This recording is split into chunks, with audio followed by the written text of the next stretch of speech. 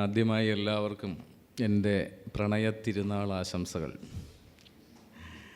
അങ്ങനെ ഒരു പരിഭാഷയാകാം അതിന് ഇന്നലെ വളരെ ആകസ്മികമായിട്ടാണ് എനിക്ക് തോന്നിയത്, പ്രണയത്തിരുന്നാൾ ആശംസകൾ. കാരണം ഒരു വിശുദ്ധൻ്റെ പേരിലുള്ള പ്രണയദിനമാണല്ലോ, സെയിൻറ്റ് വാലൻ്റൈൻ ആണല്ലോ. അതുകൊണ്ട് തന്നെ പ്രണയത്തിരുന്നാൾ എന്ന് ഈ ദിനത്തെപ്പറ്റി പറയുന്നതിൽ തെറ്റില്ല എന്ന് തോന്നുന്നു.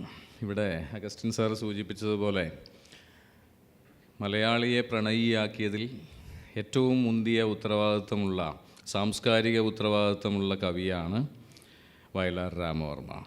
അതിനെപ്പറ്റി ഇന്നലെ റഫീഖ് അഹമ്മദ് ഇവിടെ സാമാന്യമായി സൂചിപ്പിക്കുകയുണ്ടായി. എന്താണ് ഈ പാട്ടെഴുത്തുകാർ നമുക്ക് വേണ്ടി, മലയാളിക്ക് വേണ്ടി, മലയാള സംസ്കാരത്തിന് വേണ്ടി, ഒരുപക്ഷെ വയലാർ, ONV, P. ഭാസ്കരൻ എന്ന ഒരു ത്രയത്തിൽ തുടങ്ങി ശ്രീകുമാരൻ തമ്പിയിലൂടെയും യൂസഫ് അലി കേച്ചേരിയിലൂടെയും തുടരുന്ന ആ പാരമ്പര്യത്തിന് ഇങ്ങ് റഫീഖ് അഹമ്മദിലെത്തി നിൽക്കുന്ന ഹരിനാരായണൻ, BK ഹരിനാരായണനിലെത്തി നിൽക്കുന്ന ഈ ചലച്ചിത്ര ഗാന ശാഖയ്ക്ക് നമ്മുടെ സംസ്കാരത്തിൽ എന്ത് പങ്കാണുള്ളത്, നമ്മുടെ സംസ്കാരത്തെ ആകൃതിപ്പെടുത്തുന്നതിൽ ഈ പാട്ടുകൾ എന്ത് പങ്കു വഹിച്ചു? മുമ്പൊക്കെ നമ്മുടെ അക്കാദമിക് മേഖലയിലും സാഹിത്യ നിരൂപണത്തിൻ്റെ മണ്ഡലത്തിലും വളരെ അവഗണിക്കപ്പെട്ടിരുന്ന ഒന്നായിരുന്നു സിനിമാ ഗാനങ്ങൾ. സാഹിത്യമല്ലാതെ, അഥവാ പൈങ്കിളി സാഹിത്യത്തിൻ്റെ ഭാഗമാണ്, ജനപ്രിയ സാഹിത്യത്തിൻ്റെ ഭാഗമാണ് ചലച്ചിത്ര ഗാനങ്ങൾ എന്നൊരു ധാരണയായിരുന്നു പൊതുവേ നമ്മുടെ, ഒരുപക്ഷെ ഒരു 70s വരെയെങ്കിലും അങ്ങനെയാണ് നമ്മൾ ധരിച്ചിരുന്നത്. റഫീഖ് അഹമ്മദൊക്കെ അതിനെപ്പറ്റി സ്വകാര്യമായിട്ടും പരസ്യമായിട്ടും പറയാറുണ്ട്. അതായത് വലിയ രാഷ്ട്രീയ ചലനങ്ങളുടെ കാലമായിരുന്നല്ലോ 70s. നമുക്കറിയാവുന്ന പോലെ എല്ലാവരും ബുദ്ധിജീവികളായിരുന്ന, എല്ലാവരും നക്സലൈറ്റുകളായി നടിച്ചിരുന്ന ഒരു കാലമാണ് 70s. അക്കാലത്ത് ആരും പരസ്യമായി പാട്ട് കേൾക്കാറില്ലായിരുന്നു. ഈ ബുദ്ധിജീവികളാരും പരസ്യമായി പാട്ട് കേൾക്കാറില്ലായിരുന്നു.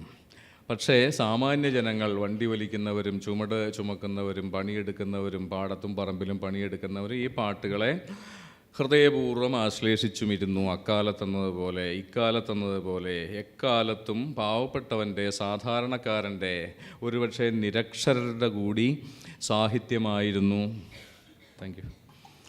ചലച്ചിത്ര ഗാനങ്ങൾ.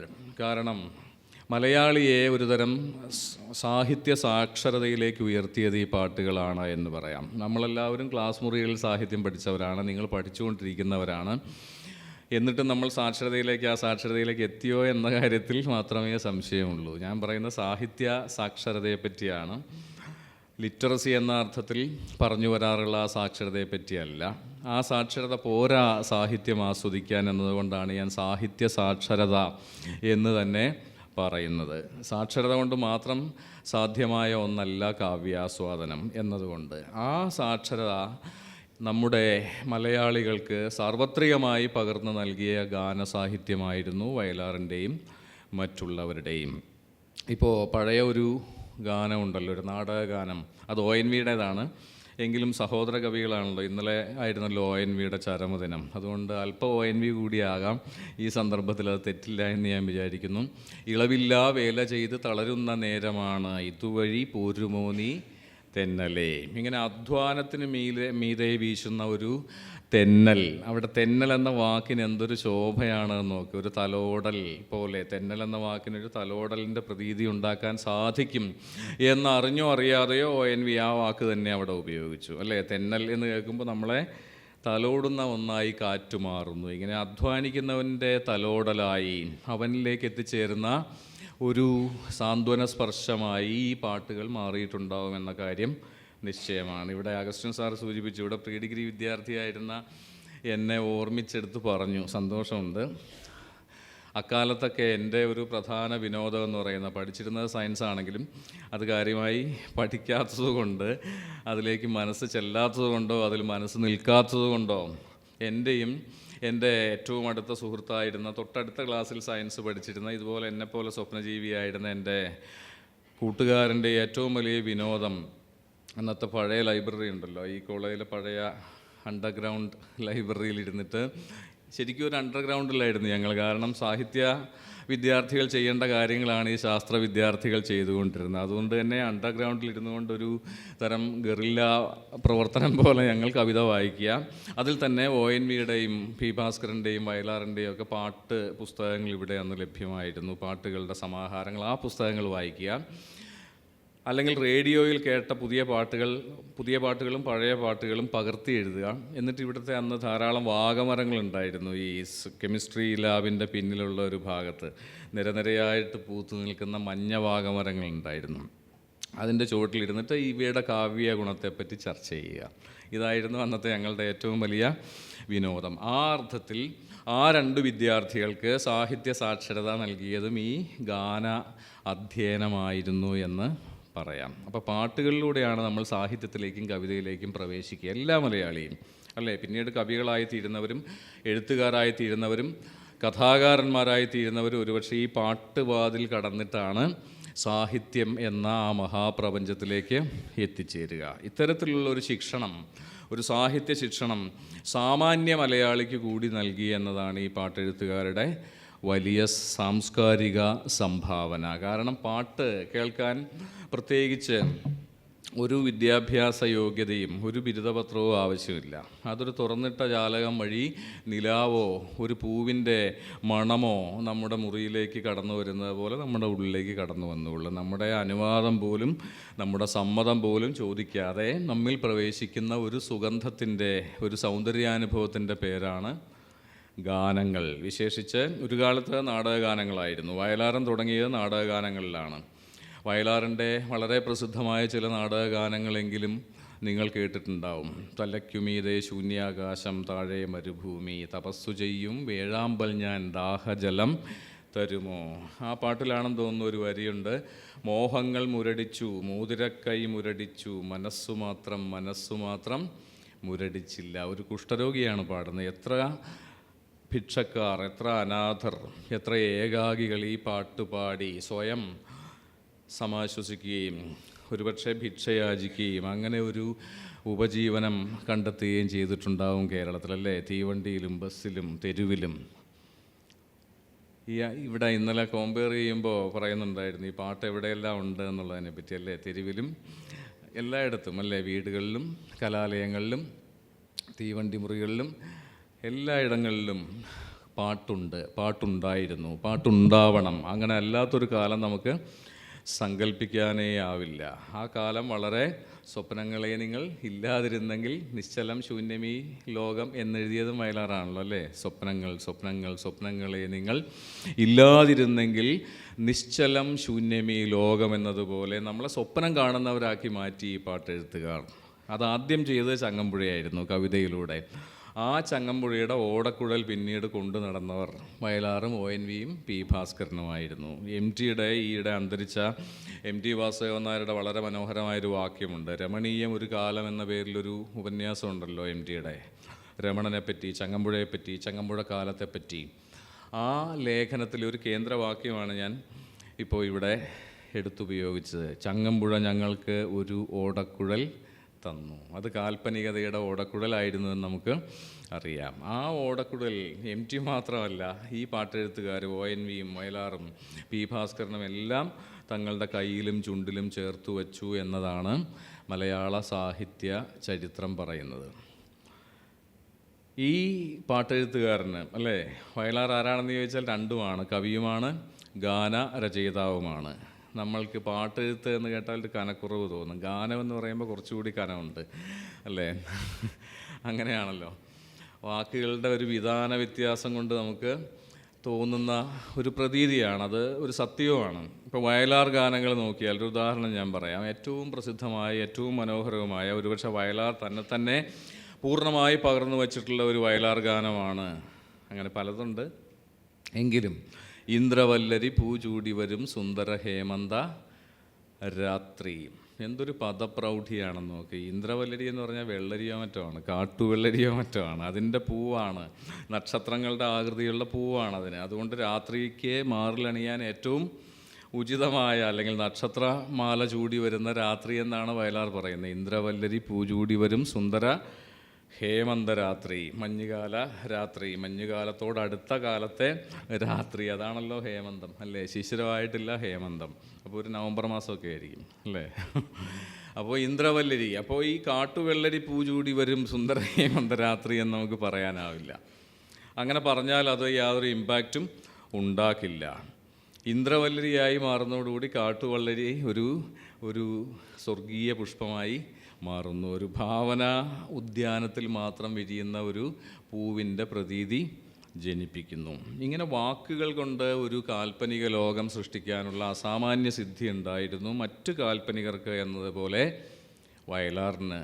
ആ സിദ്ധിയുടെ ഒരു പ്രദർശനശാലയായിരുന്നു അദ്ദേഹത്തിൻ്റെ ഗാനങ്ങൾ. ഇപ്പോൾ വയലാറിൻ്റെ ലക്ഷണമൊത്ത ഒരു പാട്ട് എന്ന് ഞാൻ വിചാരിക്കുന്ന ഒരു ഗാനമുണ്ട്. അവിടെയും തർക്കത്തിനിടയുണ്ട്. വേറെ പാട്ടുകൾ നിങ്ങളുടെ ഉള്ളിൽ ഇങ്ങനെ തള്ളിക്കയറി വരുന്നുണ്ടാവും. അതുകൊണ്ട് തന്നെ അത് ചക്രവർത്തിനി എന്ന പാട്ടാണെന്ന് ഞാൻ വിചാരിക്കുന്നു. ലക്ഷണമൊത്ത ഒരു പാട്ടെന്ന് പറയില്ലേ, വാക്കുകളിങ്ങനെ മുത്തുപതിച്ചതുപോലെ നിരത്തി വച്ചിട്ടുള്ള, കൊത്തിവച്ചതുപോലുള്ള ഒരു ശില്പം പോലെയുള്ള, ഒരു മാർബിൾ ശില്പം പോലെയുള്ള ഒരു പാട്ടാണ്. അതിലെ വാക്കുകളുടെ വിന്യാസം അത്രമേൽ സൗന്ദര്യഭദ്രമാണ്. ചക്രവർത്തിനി നിനക്ക് ഞാനെൻ്റെ ശില്പഗോപുരം തുറന്നു, പുഷ്പപാതുകം പുറത്തു വച്ചു നീ നഗ്നപാതയായി അകത്തു വരൂ. അല്ലേ, ഈ വാലന്റൈൻസ് ഡേയിലൊക്കെ ഇങ്ങനെ വെറുതെ ഓർത്ത് മൂളാൻ ഇഷ്ടമുള്ള സുഖമുള്ള വരികളാണ്. പുഷ്പപാതുകം പുറത്തു വച്ചു നീ നഗ്നപാതയായി അകത്തു വരൂ. പിന്നെ പഞ്ചലോഹ മണിമന്ദിരങ്ങൾ എന്നൊക്കെ പറഞ്ഞിട്ട്, ഈ പഞ്ചലോഹം എന്നൊക്കെ പറയുന്ന വാക്കിന് അവിടെ പ്രത്യേകിച്ചൊരു അർത്ഥമില്ല. പക്ഷേ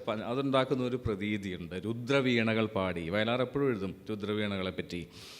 പക്ഷേ അത് സാധാരണ വീണയല്ല രുദ്രവീണ എന്നൊന്നും ആലോചിക്കാതെ തന്നെ ആ ശബ്ദത്തിനൊരു ഇമ്പാക്റ്റ് ഉണ്ട്. രുദ്രവീണ രുദ്രൻ്റെ വീണയാണ്, ശിവൻ്റെ വീണയാണ്, ഇതൊന്നും ആലോചിക്കണ്ട. അല്ലാതെ തന്നെ ആ ശബ്ദം കൊണ്ട് ഉണരുന്ന ഒരു ഭാവതലമുണ്ട്. രുദ്രവീണകൾ, പഞ്ചലോഹമണി മന്ദിരങ്ങൾ എന്നെല്ലാം കേൾക്കുമ്പോൾ അല്ലേ, പുഷ്പപാതുകം, നഗ്നപാതയായി, ചക്രവർത്തിനി എന്ന സംബോധന തന്നെ നോക്കുക അല്ലേ. പെൺകുട്ടികൾ, സ്ത്രീകൾ ഇതുപോലെ ബഹുമാനിക്കപ്പെട്ടിട്ടില്ല വേറെ ഒരിടത്തും. ഒരു സാധാരണ, അല്ലെങ്കിൽ അസാധാരണ ഒന്നും ആയിരിക്കില്ലല്ലോ, ഒരു സാധാരണ പെൺകുട്ടിയാണ് അവളുടെ കാമുകൻ സംബോധന ചെയ്യുന്ന ചക്രവർത്തിനി എന്ന്. രാജ്ഞി എന്നല്ല, രാജകുമാരി എന്നല്ല, ചക്രവർത്തിനി അല്ലേ. ഏറ്റവും ഉയർന്ന സംബോധനയാണ്. പ്രണയത്താൽ ഒരുവൾക്ക് സംഭവിക്കുന്ന പരിണാമമാണ്. അവൾ ചക്രവർത്തിനിയായി മാറുന്നു. അവളുടെ കാമുകൻ്റെ കണ്ണുകളിലെങ്കിലും പുഷ്പപാതകം പുറത്തു വച്ച് നഗ്നപാതയായി പ്രവേശിക്കേണ്ട ഒരു ഗോപുരമായി അവൻ്റെ ഹൃദയം മാറുന്നു. ശില്പഗോപുരം മാറുമ്പോൾ അവൾ ചക്രവർത്തിനിയായി മാറുന്നു.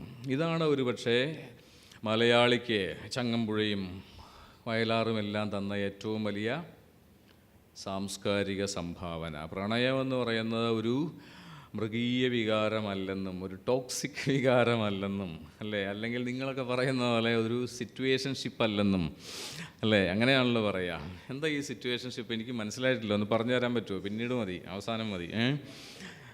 താൽക്കാലിക പ്രണയം എന്നായിരിക്കും ഇതിൻ്റെ അർത്ഥം, അതിൻ്റെ അർത്ഥമെന്ന് ഞാൻ വിചാരിക്കുന്നു. സാഹചര്യവശാൽ സംഭവിക്കുന്ന പ്രണയം പോലുള്ള ഒരു തോന്നലിൻ്റെ പേരായിരിക്കാം സിറ്റുവേഷൻഷിപ്പ് അല്ലേ. സാഹചര്യത്തിൻ്റെ സൃഷ്ടി അല്ലേ, സാഹചര്യം സൃഷ്ടിക്കുന്ന സാന്ദർഭിക പ്രണയം അല്ലേ, സാന്ദർഭിക പ്രണയം. ഇപ്പോൾ ഒരു റെയിൽവേ സ്റ്റേഷനിൽ രണ്ടുപേർ കണ്ടുമുട്ടുന്നു, ഒരുമിച്ച് അല്പ ദൂരം യാത്ര ചെയ്യുന്നു, രണ്ട് സ്ഥലങ്ങളിൽ ഇറങ്ങുന്നു, രണ്ട് വഴിക്കായി പോകുന്നു. അതായിരിക്കാം. വീരാൻകുട്ടി മാഷിൻ്റെ ഒരു കവിതയിൽ പറയും, ഈ വെള്ളത്തിലെ മീനുകൾ മേലെ പാലത്തിൽ തീവണ്ടി കടന്നുപോയപ്പോൾ അല്പദൂരം ആ തീവണ്ടി നിഴലിൽ സഞ്ചരിച്ചു, തീവണ്ടി കടന്നുപോയി നിഴലും മാഞ്ഞുപോയി എന്നതുപോലെ.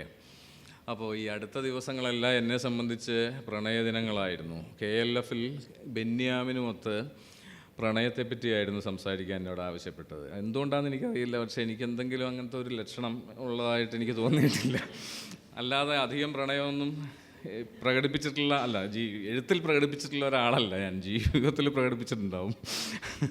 അപ്പോൾ ബെന്യാമിൻ ഇങ്ങനെ പ്രണയത്തെപ്പറ്റി, നഷ്ടപ്രണയത്തെപ്പറ്റി അല്ലേ, ബെന്യാമിനെ ആരും ഒരു റൊമാൻറ്റിക് വ്യക്തിയായിട്ട് കാണാറില്ലെന്നാണ് എൻ്റെ തോന്നൽ. പക്ഷേ ആ മനുഷ്യൻ, എൻ്റെ ഓഡിയോ നിങ്ങൾക്ക് കാണാം യൂട്യൂബിൽ, എന്നെപ്പോലും സംസാരിക്കാൻ അനുവദിക്കാതെ തൻ്റെ നഷ്ടപ്രണയങ്ങളെപ്പറ്റി ഇങ്ങനെ വിലപിച്ചുകൊണ്ടിരുന്നു ഒരു 1.25 മണിക്കൂർ. അന്ന് പ്രണയിക്കാത്ത പ്രണയിനി ഇപ്പോൾ അദ്ദേഹത്തെ കാണാൻ വരുന്നു. പക്ഷെ കൂടെ മക്കളൊക്കെ ഉണ്ട്. ഇതാ എൻ്റെ മക്കൾ, ഇതാ എൻ്റെ ഭർത്താവ് എന്ന് പറയുന്നതിലെ നിരാശയാണ് അദ്ദേഹം ആ സമയം അത്രയും പ്രകടിപ്പിച്ചുകൊണ്ടിരുന്നത്. അപ്പോൾ ഈ കാലം തെറ്റി വരുന്ന പ്രണയങ്ങളെ പറ്റി അല്ലേ, അതുപോലെ അതിനുശേഷം നടന്ന ഫെസ്റ്റിവൽ KG ശങ്കരപ്പിള്ളയുമായിട്ട് അല്ലേ, KGSനും പ്രണയമുള്ളതായിട്ട്, പ്രണയം ജീവിതത്തിൽ ഉണ്ടായിരുന്നതായിട്ട് നമുക്കറിയാം. പ്രണയിച്ചാണ് അദ്ദേഹം വിവാഹം കഴിച്ചത്. പക്ഷേ ഒരു പ്രണയ കവിയൊന്നുമല്ല KG ശങ്കരപ്പിള്ള. പക്ഷേ അദ്ദേഹം പറയുന്നു, എൻ്റെ പ്രണയ കവിതകളുടെ ഒരു സമാഹാരം ഇതാ അടുത്ത ആഴ്ച പുറത്തിറങ്ങാൻ പോകുന്നു, എനിക്കും പ്രണയമുണ്ട്, എൻ്റെ പ്രണയമാണ് ആ മുൻനിരയിലിരിക്കുന്നത്, വേറെ ആരുമല്ല അദ്ദേഹത്തിൻ്റെ ഭാര്യ, എൻ്റെ പ്രണയം ഇതായിരിക്കുന്നു എന്ന് 70-80 വയസ്സെത്തിയ KG ശങ്കരപ്പിള്ള പറയുന്നു. ഇങ്ങനെ നിങ്ങളെക്കാൾ, ഒരുപക്ഷെ ചെറുപ്പക്കാരായ നിങ്ങളെക്കാൾ പ്രണയികളായിരിക്കുന്നത് ഇപ്പോൾ ഞങ്ങളൊക്കെയാണ്. മധ്യവയസ്കരായ അല്ലെങ്കിൽ വാർദ്ധക്യത്തോടടുത്ത ഞങ്ങളൊക്കെയാണ് പ്രണയികളായിരിക്കുന്നത്. അതുകൊണ്ട് നിങ്ങൾ ലെസ് റൊമാൻറ്റിക് ആണ്, അൺറൊമാൻറ്റിക് എന്ന് ഞാൻ പറയുന്നില്ല. കാരണം ഈ വയലാർ ഗാനങ്ങളൊക്കെ കേട്ട് വളർന്ന ആളുകളാണല്ലോ. അങ്ങനെ കിട്ടിയ ശിക്ഷണമാണ് ഞങ്ങളെയൊക്കെ പ്രണയികളാക്കി മാറ്റിയത്. എന്തിന്, ഇന്നലെ ഇവിടെ ഈ സെഷൻ ഉദ്ഘാടനം ചെയ്ത കവി തന്നെ ഞങ്ങൾ ഒരുമിച്ചതിന് ശേഷം കുറച്ച് സമയം ചെലവഴിച്ചപ്പോൾ ഞങ്ങൾ സംസാരിച്ചിരുന്നതും പ്രണയത്തെപ്പറ്റി തന്നെയായിരുന്നു. That is unrequited unfulfilled love. അതിനാണല്ലോ ഏറ്റവും മനോഹാരിത. ബെന്യാമിൻ പറഞ്ഞ പോലെ ഈ അകാലത്തിൽ തിരിച്ചു വരുന്ന ഒരു ധൂമകേതു ആണ് പ്രണയം. കാലത്തിൽ വരില്ല, അകാലത്തിലാണത് വരിക. ഇങ്ങനെ ലോകം മുഴുവനുമുള്ള പ്രണയികൾക്ക് വേണ്ടതെല്ലാം ഈ വയലാർ ഗാനങ്ങളിൽ അദ്ദേഹം നിറച്ചു വെച്ചിട്ടുണ്ട്. നിങ്ങളൊന്ന് ആലോചിച്ച് നോക്കൂ, 5000-ഓളം ഗാനങ്ങൾ, അതിലധികവും പ്രണയ ഗാനങ്ങൾ. പക്ഷേ ഒന്നൊന്നിനെ പോലെ തോന്നുന്നില്ല. അത് വലിയ ഇന്ദ്രജാലമല്ലേ. ഇവിടെ സൂചിപ്പിച്ച ഇന്ദ്രജാലം എന്ന് പറയുന്നത് ഈ വൈവിധ്യത്തോടു കൂടി ഇത്രമാത്രം പ്രണയഗാനങ്ങൾ, ഇത്രമാത്രം പ്രണയാവസ്ഥകൾ, ഇത്രമാത്രം വൈകാരിക പ്രപഞ്ചങ്ങൾ സൃഷ്ടിക്കാൻ തൻ്റെ പാട്ടെഴുത്തുകാരൻ്റെ പേന കൊണ്ട് വയലാറിന് സാധിച്ചു എന്നതാണ്. അതൊരു പക്ഷേ ചലച്ചിത്ര ഗാന രചയിതാക്കൾക്ക് മാത്രമുള്ളൊരു അനുഗ്രഹമാണ്. കവികൾ അവർക്ക് തോന്നിയതേ എഴുതൂ അല്ലേ, തോന്നുമ്പോഴേ എഴുതൂ. പക്ഷെ പാട്ടെഴുത്തുകാരൻ അത് പോരാ. ആവശ്യപ്പെടുന്നതെല്ലാം നൽകാൻ അയാൾ ഒരു കൽപ്പവൃക്ഷം പോലെ സന്നദ്ധനായിരിക്കണം. ആ സന്നദ്ധതയാണ് ഒരു പാട്ടെഴുത്തുകാരനെ ഒരു സർഗവിസ്മയമാക്കി മാറ്റുക. എന്തും കൊടുക്കാൻ ശേഷിയുള്ള ഒരു കൽപ്പവൃക്ഷമായിരിക്കണം ഒരു മികച്ച പാട്ടെഴുത്തുകാരൻ. പ്രത്യേകിച്ച് വയലാറൊക്കെ എത്ര പാട്ടുകളാണ്, 5000 പാട്ടുകൾ നിശ്ചയമായും അതിൽ കുറയാതെ അദ്ദേഹം എഴുതിയിട്ടുണ്ട്. അതിലധികവും പ്രണയഗാനങ്ങൾ. പക്ഷേ ഒന്നും മറ്റൊന്നിനെ പോലെ ആയിരിക്കുന്നില്ല. ഒരു സിനിമയിൽ തന്നെ ഉണ്ടാവും വിഷാദവും വിരഹവും പ്രേമവും ഭക്തിയും. ഇതെല്ലാം ഒരു സിനിമയിൽ തന്നെ ഉണ്ടാവും. ഞാനീ പറഞ്ഞ ചക്രവർത്തിനി എന്ന പാട്ടുള്ള ചെമ്പരത്തി എന്ന സിനിമയിലാണ് മലയാളത്തിലെ ഏറ്റവും വലിയൊരു ഭക്തിഗാനമുള്ളത്. നിങ്ങൾ കേട്ടിട്ടുണ്ടാവും. ഈ ശബരിമല മാസങ്ങളിലെല്ലാം, മകരം വൃശ്ചികം മാസങ്ങളിലെല്ലാം എല്ലാ അമ്പലങ്ങളിലും കേൾക്കുന്ന ഒരു പാട്ടാണ് ശരണമയ്യപ്പ സ്വാമി ശരണമയ്യപ്പ. പമ്പയിൽ മുങ്ങി കുളി കഴിഞ്ഞ് പൊള്ളയാം ഉടുക്കും കൊട്ടി ഉള്ളിലുറങ്ങും അമ്പലക്കിളിയെ ഉണർത്തി ഞാൻ വരുന്നു എന്നാണ് പറയുന്നത്. ഒരു പാവപ്പെട്ട ദരിദ്രനായ ഒരു അച്ഛൻ ശബരിമലയ്ക്ക് പോകുമ്പോൾ പാടുന്ന പാട്ടാണ്. നായികയുടെ അച്ഛനാണെന്നാണ് എൻ്റെ ഓർമ്മ. ഉള്ളിലുറങ്ങും അമ്പലക്കിളിയെ ഉണർത്തി. അങ്ങനെ ഒരു കിളിയുണ്ടോ? അമ്പലപ്രാവുണ്ട് എന്ന് നമ്മൾ പറയാറുണ്ട് അല്ലേ, അമ്പലപ്രാവുണ്ട്. അത് ശ്രീകുമാരൻ തമ്പിയുടെ പാട്ടിൽ നമ്മൾ കണ്ടിട്ടുണ്ട്. ഏത് പാട്ടാണ്? എനിക്കൊരു ഗ്യാപ്പും കിട്ടുമല്ലോ നിങ്ങളത് ആലോചിക്കുമ്പോഴേക്കും. വളരെ മനോഹരമായ, വളരെ പ്രസിദ്ധമായൊരു പാട്ടാണ്. വടക്കുന്നാഥ ക്ഷേത്രത്തിൻ്റെ മുന്നിൽ പാർവതിയും മോഹൻലാലും കൂടി പാടിക്കോളൂ.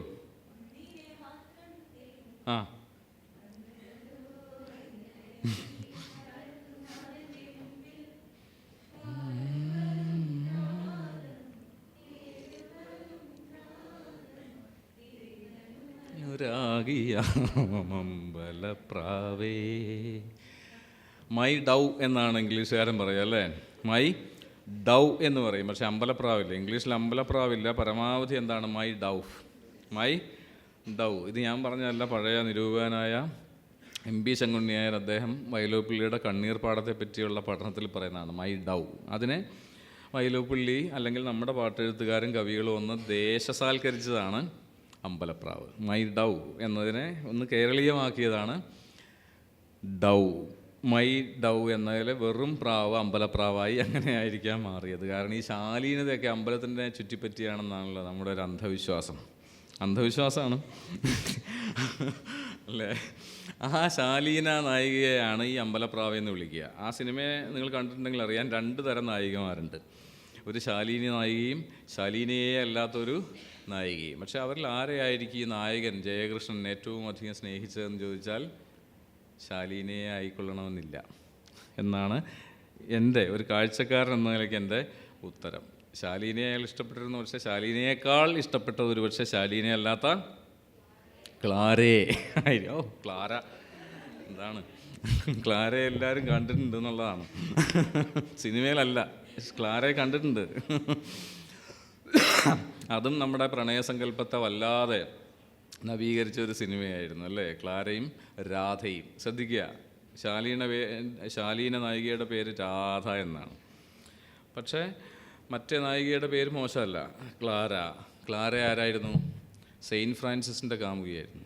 നിങ്ങൾ ആ കഥ വായിച്ചിട്ടുണ്ടോ? സെയിൻറ്റ് ഫ്രാൻസിസിൻ്റെ മുമ്പ് ഞാൻ ഇവിടെ വന്നിട്ട് പറഞ്ഞിട്ടുണ്ട് ആ കഥ. സെയിൻറ്റ് ഫ്രാൻസിസും ക്ലാരയും.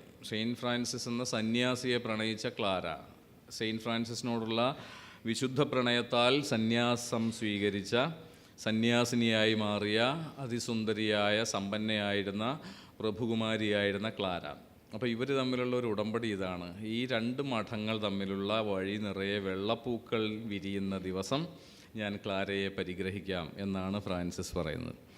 ഈ കന്യാമഠവും സന്യാസി മഠവും ഇതിൻ്റെ ഇടയിലുള്ള വഴി, ആ ദൂരം അത്രയും വെള്ളപ്പൂക്കൾ വിരിയുമ്പോൾ അന്ന് നമുക്ക് വിവാഹിതരാവാം. പക്ഷേ ആ പൂക്കൾ വിരിഞ്ഞില്ല എന്നുള്ളതാണ്.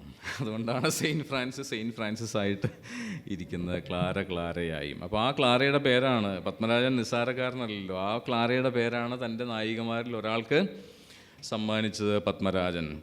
അപ്പോൾ നമ്മളിവിടെ എം.ബി. ശങ്കുണ്ണി നായരെ പരാമർശിച്ചു. മലയാളത്തിലെ ഏറ്റവും വലിയ, മലയാളത്തിൻ്റെ ഡോക്ടർ ജോൺസൺ എന്ന് പറയാവുന്ന നിരൂപകനാണ്, ബഹുഭാഷാ പണ്ഡിതനായിരുന്നു എം.ബി. ശങ്കുണ്ണി നായർ. അദ്ദേഹമാണ് ഒരുപക്ഷെ വയലാറിനെ, പട്ടെഴുത്തുകാരനായ വയലാറിനെ ഏറ്റവും അധികം മനസ്സിലാക്കുകയും അംഗീകരിക്കുകയും ചെയ്തിട്ടുള്ള ഒരു പ്രൗഢ നിരൂപകൻ. അല്ലെ, ഈ പ്രൗഢ നിരൂപകർക്ക് പാട്ടെഴുത്തുകാരെ അംഗീകരിക്കാതിരിക്കാനുള്ള ഒരു പ്രവണതയാണല്ലോ ഉണ്ടാവുക. പക്ഷെ ശങ്കുണ്ണി നായർ അങ്ങനെ ആയിരുന്നില്ല. അദ്ദേഹം അപ്സരസ്സുകളും ഗന്ധർവന്മാരും എന്ന പേരിൽ കാളിദാസ കവിതയെക്കുറിച്ച് എഴുതുന്ന സന്ദർഭത്തിൽ മലയാളത്തിലുണ്ട് ഇതുപോലെ കാളിദാസൻ മാത്രമല്ല ഒരാൾ, അപ്സരസ്സുകളെയും ഗന്ധർവന്മാരെയും നേരിട്ട് കണ്ട ഒരാൾ, അത് വയലാർ രാമവർമ്മയാണ് എന്ന് പറയും. കാരണം ആ പാട്ടുകളിൽ നോക്കിയാൽ മതി അല്ലേ, അപ്സര രാജകുമാരി, ഗന്ധർവ രാജകുമാര എന്നിങ്ങനെ പരസ്പരം അപ്സരസായും ഗന്ധർവനായും സംബോധന ചെയ്യുന്ന നായികാനായകന്മാരെ ആ പാട്ടുകളിലാണ് നമ്മൾ കാണുക. സന്ധ്യകൾ, ഉർവശി, രംഭ, തിലോത്തമമാർ എന്നിങ്ങനെ സന്ധ്യകളെ പറ്റി പറയുമ്പോഴും അവിടെ ഈ അപ്സരസുകൾ കടന്നു വരും. അതുകൊണ്ട് മലയാളത്തിൽ നിശ്ചയമായും അപ്സരസുകളെ നേരിട്ട് കണ്ടിട്ടുള്ള ഒരേ ഒരാളേ ഉള്ളൂ, അത് വയലാറാണ് എന്ന് പറയും. അവിടം കൊണ്ടും അവസാനിക്കുന്നില്ല. കാളിദാസൻ എന്ന വാഗ്ഗേയകാരൻ എന്നൊരു അധ്യായമുണ്ട് ഇതേ പുസ്തകത്തിൽ. ആ പുസ്തകം മലയാള സാഹിത്യ വിദ്യാർത്ഥികളെങ്കിലും വായിച്ചിരിക്കണമെന്ന് എനിക്കൊരു അപേക്ഷയുണ്ട്. ഛത്രവും ജാമ്പവും കേന്ദ്ര സാഹിത്യ അക്കാദമി അവാർഡ് കിട്ടിയ കാളിദാസ കവിതയെക്കുറിച്ചുള്ള അതിഗംഭീരമായ പഠനമാണ്. അപ്പോൾ ആരാണ് ഈ വാഗ്ഗേയകാരൻ? ആരാണ് വാഗ്ഗേയകാരൻ? വയലാറൊരു വാഗ്ഗേയകാരനായിരുന്നു. പാടാവുന്ന വാക്കാണ്, അത് സൃഷ്ടിക്കുന്ന, രചിക്കുന്ന ആളാണ് വാഗ്ഗേയകാരൻ. ആ അർത്ഥത്തിൽ സ്വാതി തിരുനാൾ ഒരു വാഗ്ഗേയകാരനായിരുന്നു. വയലാറും ഒരു ചെറിയ സ്വാതി തിരുനാളായിരുന്നു, സിനിമയുടെ, ചലച്ചിത്രത്തിൻ്റെ സ്വാതി തിരുനാളായിരുന്നു എന്ന് നമുക്ക് വേണമെങ്കിൽ പറയാം. വള്ളത്തോളിൻ്റെ ഒരു കവിതയിൽ പറയും, ഗേയകാവ്യം എന്നൊരു വാക്കുണ്ട്, പാടാവുന്ന കവിത. അങ്ങനെയുള്ള ഗേയകാവ്യങ്ങളാണ് അല്ലേ, പാടാവുന്ന കവിതകളാണ് ചലച്ചിത്ര ഗാനങ്ങളെന്ന് പറയാം. എല്ലാ കവിതകൾക്കും ആ ഗുണമില്ല, അതുകൊണ്ടാണ് എടുത്തു പറയുന്നത് ഗേയകാവ്യം, പാടാവുന്ന മെലോഡിയസ് പോയംസ് എന്നും വേണമെങ്കിൽ പറയാം. അവിടെ അത്ര അല്ല, പാടപ്പെടണം, പാടാൻ പാകത്തിനായിരിക്കണം, പാട്ടായി തീരണം. അതാണ് ഇത്തരം കവിതകളുടെ സവിശേഷത. അപ്പോഴും അവ കവിതയായിരിക്കണം, കവിതകളായിരിക്കണം. അപ്പോൾ കാളിദാസ കൃതികളിൽ, നാടകങ്ങളിൽ പാട്ടുകൾ ഉണ്ട്, അത്തരം സന്ദർഭങ്ങളുണ്ട്. ആ സന്ദർഭങ്ങളെ മുൻനിർത്തി ഒരു ലേഖനം എഴുതുമ്പോൾ എം.ബി. ശങ്കുണ്ണി നായർ യാതൊരു ശങ്കയും കൂടാതെ പറയും, അതിഗംഭീരനായ വാഗ്ഗേയകാരനായിരുന്നു, പാട്ടെഴുത്തുകാരനായിരുന്നു, ഗാനരചയിതാവായിരുന്നു കാളിദാസൻ കഴിഞ്ഞാൽ പിന്നെ നമ്മുടെ വയലാർ എന്നാണ് നമുക്ക് തോന്നുക. അതിൻ്റെ ഇടയിൽ ആരുമില്ല. കാളിദാസനെ പറ്റി പറയുന്ന അതേ പ്രീതിയോടുകൂടി, അതേ ആരാധനയോടുകൂടി MP ശങ്കുണ്ണിനായരെ പോലെ ഒരു ശുഷ്ക പണ്ഡിതനെന്ന് തോന്നിക്കുന്ന ആൾ പറയുന്നു വയലാറാണ് പിന്നെ ഞാൻ കണ്ടിട്ടുള്ള ഒരു മികച്ച ഗാനരചയിതാവ് എന്ന്. ആ വാക്യങ്ങൾ ഉൾപ്പെടുന്ന ആ പേജ് എൻ്റെ ഫോണിലുണ്ട്, വേണമെങ്കിൽ നമുക്കത് വായിക്കാം. വയലാറിൽ നിന്ന് കിട്ടിയിട്ടുള്ള നാഷണൽ അവാർഡിനേക്കാൾ വലിയൊരു പതക്കമാണ് ആ പറച്ചിൽ. മറ്റൊന്ന് മുണ്ടശ്ശേരി മാഷാണ്. മുണ്ടശ്ശേരി മാഷ് ഇതുപോലെ വലിയ ഉദ്ധതനായ നിരൂപകൻ, വയലാറിനെ ഒന്നും പരിഗണിക്കാൻ കൂട്ടാക്കാത്ത ഗജപ്രൗഢിയുള്ള വിമർശകൻ എന്നാണ് നമുക്ക് തോന്നുക. പക്ഷേ അദ്ദേഹം അക്കാലത്ത് എഴുതിയൊരു ലേഖനത്തിൽ പറയും, അതായത് ഈ ആധുനിക കവിത കടന്നു വരുന്ന കാലമാണ്, കവിത ഗദ്യത്തിലേക്ക് മാറുന്നു, കവിതയ്ക്ക് സംഗീത ഗുണം നഷ്ടപ്പെടുന്നു എന്നതിനുള്ള മറുപടി എന്ന നിലയ്ക്ക് മുണ്ടശ്ശേരി മാഷ് പറയുന്നു. വയലാറിൻ്റെ മറ്റൊരു ഏറ്റവും മികച്ച പാട്ട് ഏതാണ്? നമ്മൾ 2 പാട്ട് പറഞ്ഞു കഴിഞ്ഞു, ചക്രവർത്തിനി, പിന്നെ ആദ്യം പറഞ്ഞത് ഇന്ദ്രവല്ലരി പൂ ചൂടി വരും. അതിനൊപ്പം വയ്ക്കാവുന്ന മറ്റൊരു പാട്ട് എന്ന് ചോദിച്ചാൽ എന്താ നമ്മൾ പറയുക? ഒരു കാളിദാസ ഗാനം. കാരണം വയലാറിൻ്റെ പ്രചോദന സ്ഥാനങ്ങളിൽ ഏറ്റവും പ്രധാനപ്പെട്ട ഒന്ന് കാളിദാസനായിരുന്നു, മറ്റൊന്ന് ചങ്ങമ്പുഴയും. ശംഖുപുഷ്പം കണ്ണെഴുതുമ്പോൾ ശകുന്തളയെ നിന്നെ ഓർമ്മ വരും. അപ്പോൾ മുണ്ടശ്ശേരി മാഷ് പറയുന്ന ഭാവിയിലെ മലയാള കവിതയുടെ രൂപം ഇതായിരിക്കും എന്നാണ് പറയുന്നത്. ഇതുപോലെ സംഗീത ഗുണമുള്ള ഭാവാത്മകമായ ലളിതമായ കവിതകളിലൂടെ മലയാള കവിത അതിൻ്റെ ഭാവി കണ്ടെത്തും എന്നെഴുതിയിട്ടുണ്ട്. അംഗീകരിക്കുകയാണ് മുണ്ടശ്ശേരിയെപ്പോലൊരു നിരൂപകൻ, വയലാറിനെ പോലൊരു പാട്ടെഴുത്തുകാരനെ, അദ്ദേഹത്തിൻ്റെ കവിത്വത്തെ, ഈ പാട്ടിനെ പ്രത്യേകമായി പരാമർശിച്ചുകൊണ്ട് അംഗീകരിക്കുകയാണ്. അത് വാസ്തവത്തിൽ സംഭവിച്ചു. മലയാള കവിത ആ വഴിക്ക് പോയില്ലെങ്കിലും ഈ പാട്ടുകൾ മലയാള കവിതയുടെ ഭാഗമായി മാറി, അല്ലേ?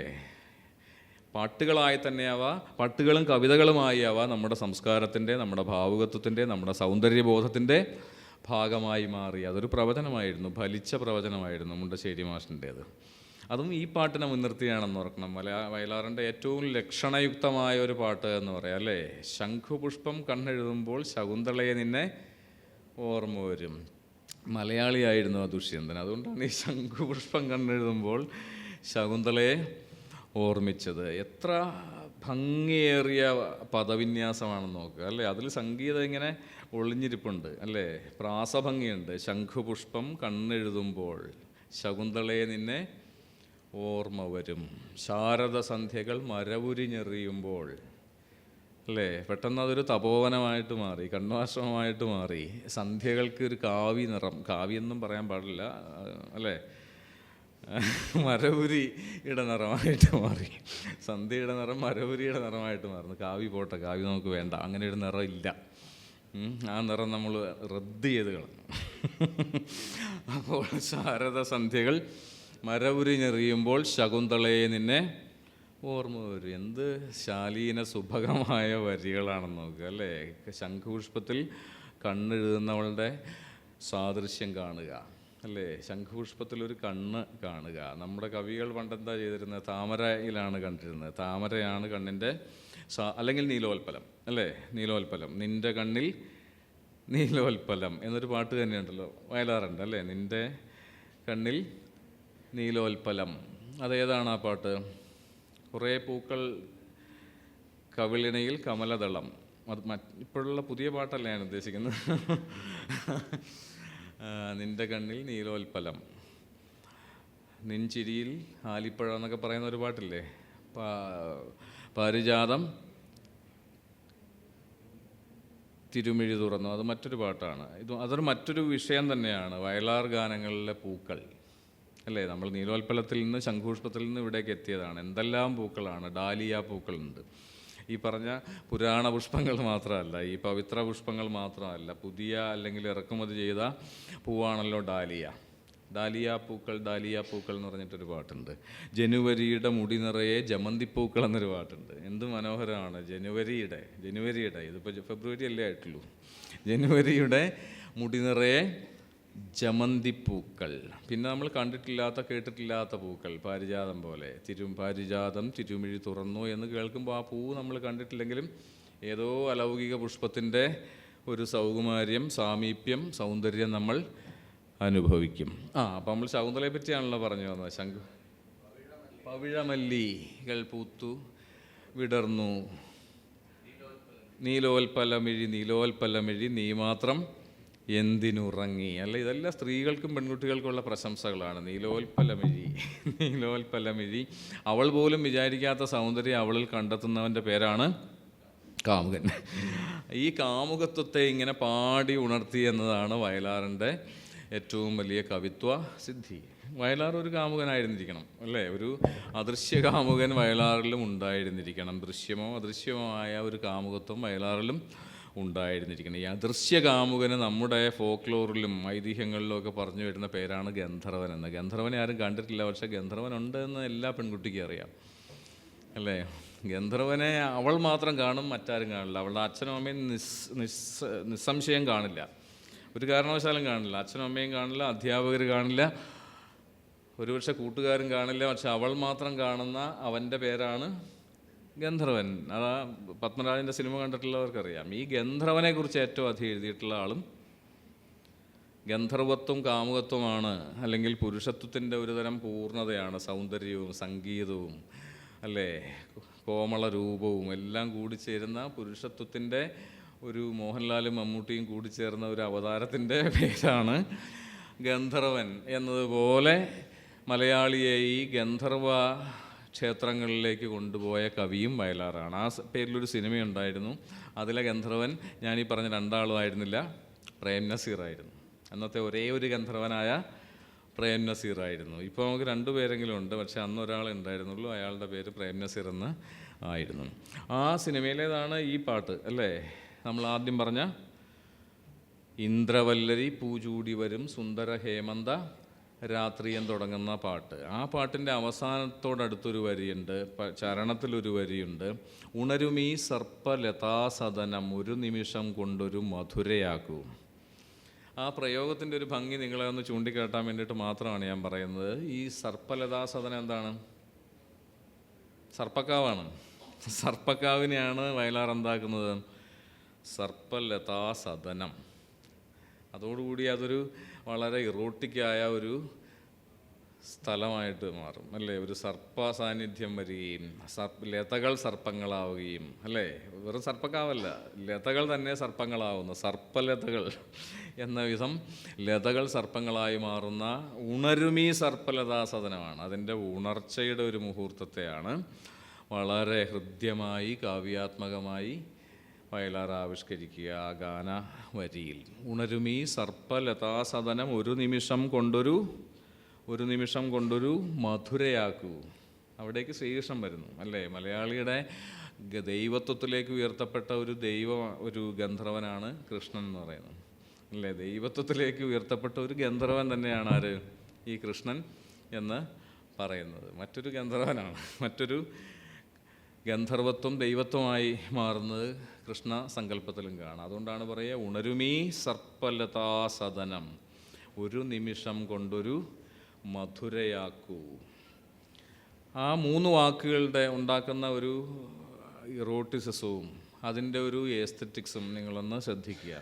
ഉണരുമീ സർപ്പ ലതാസദനം. മലയാളത്തിൽ കവിതയിലോ പാട്ടിലോ മറ്റാരും പ്രയോഗിച്ചിട്ടുണ്ടാവില്ല സർപ്പലതാസദനമെന്ന്. കാരണം വയലാർ എന്ന് പറയുന്നത് ഒരു ലിബിഡിനൽ മാനായിരുന്നു.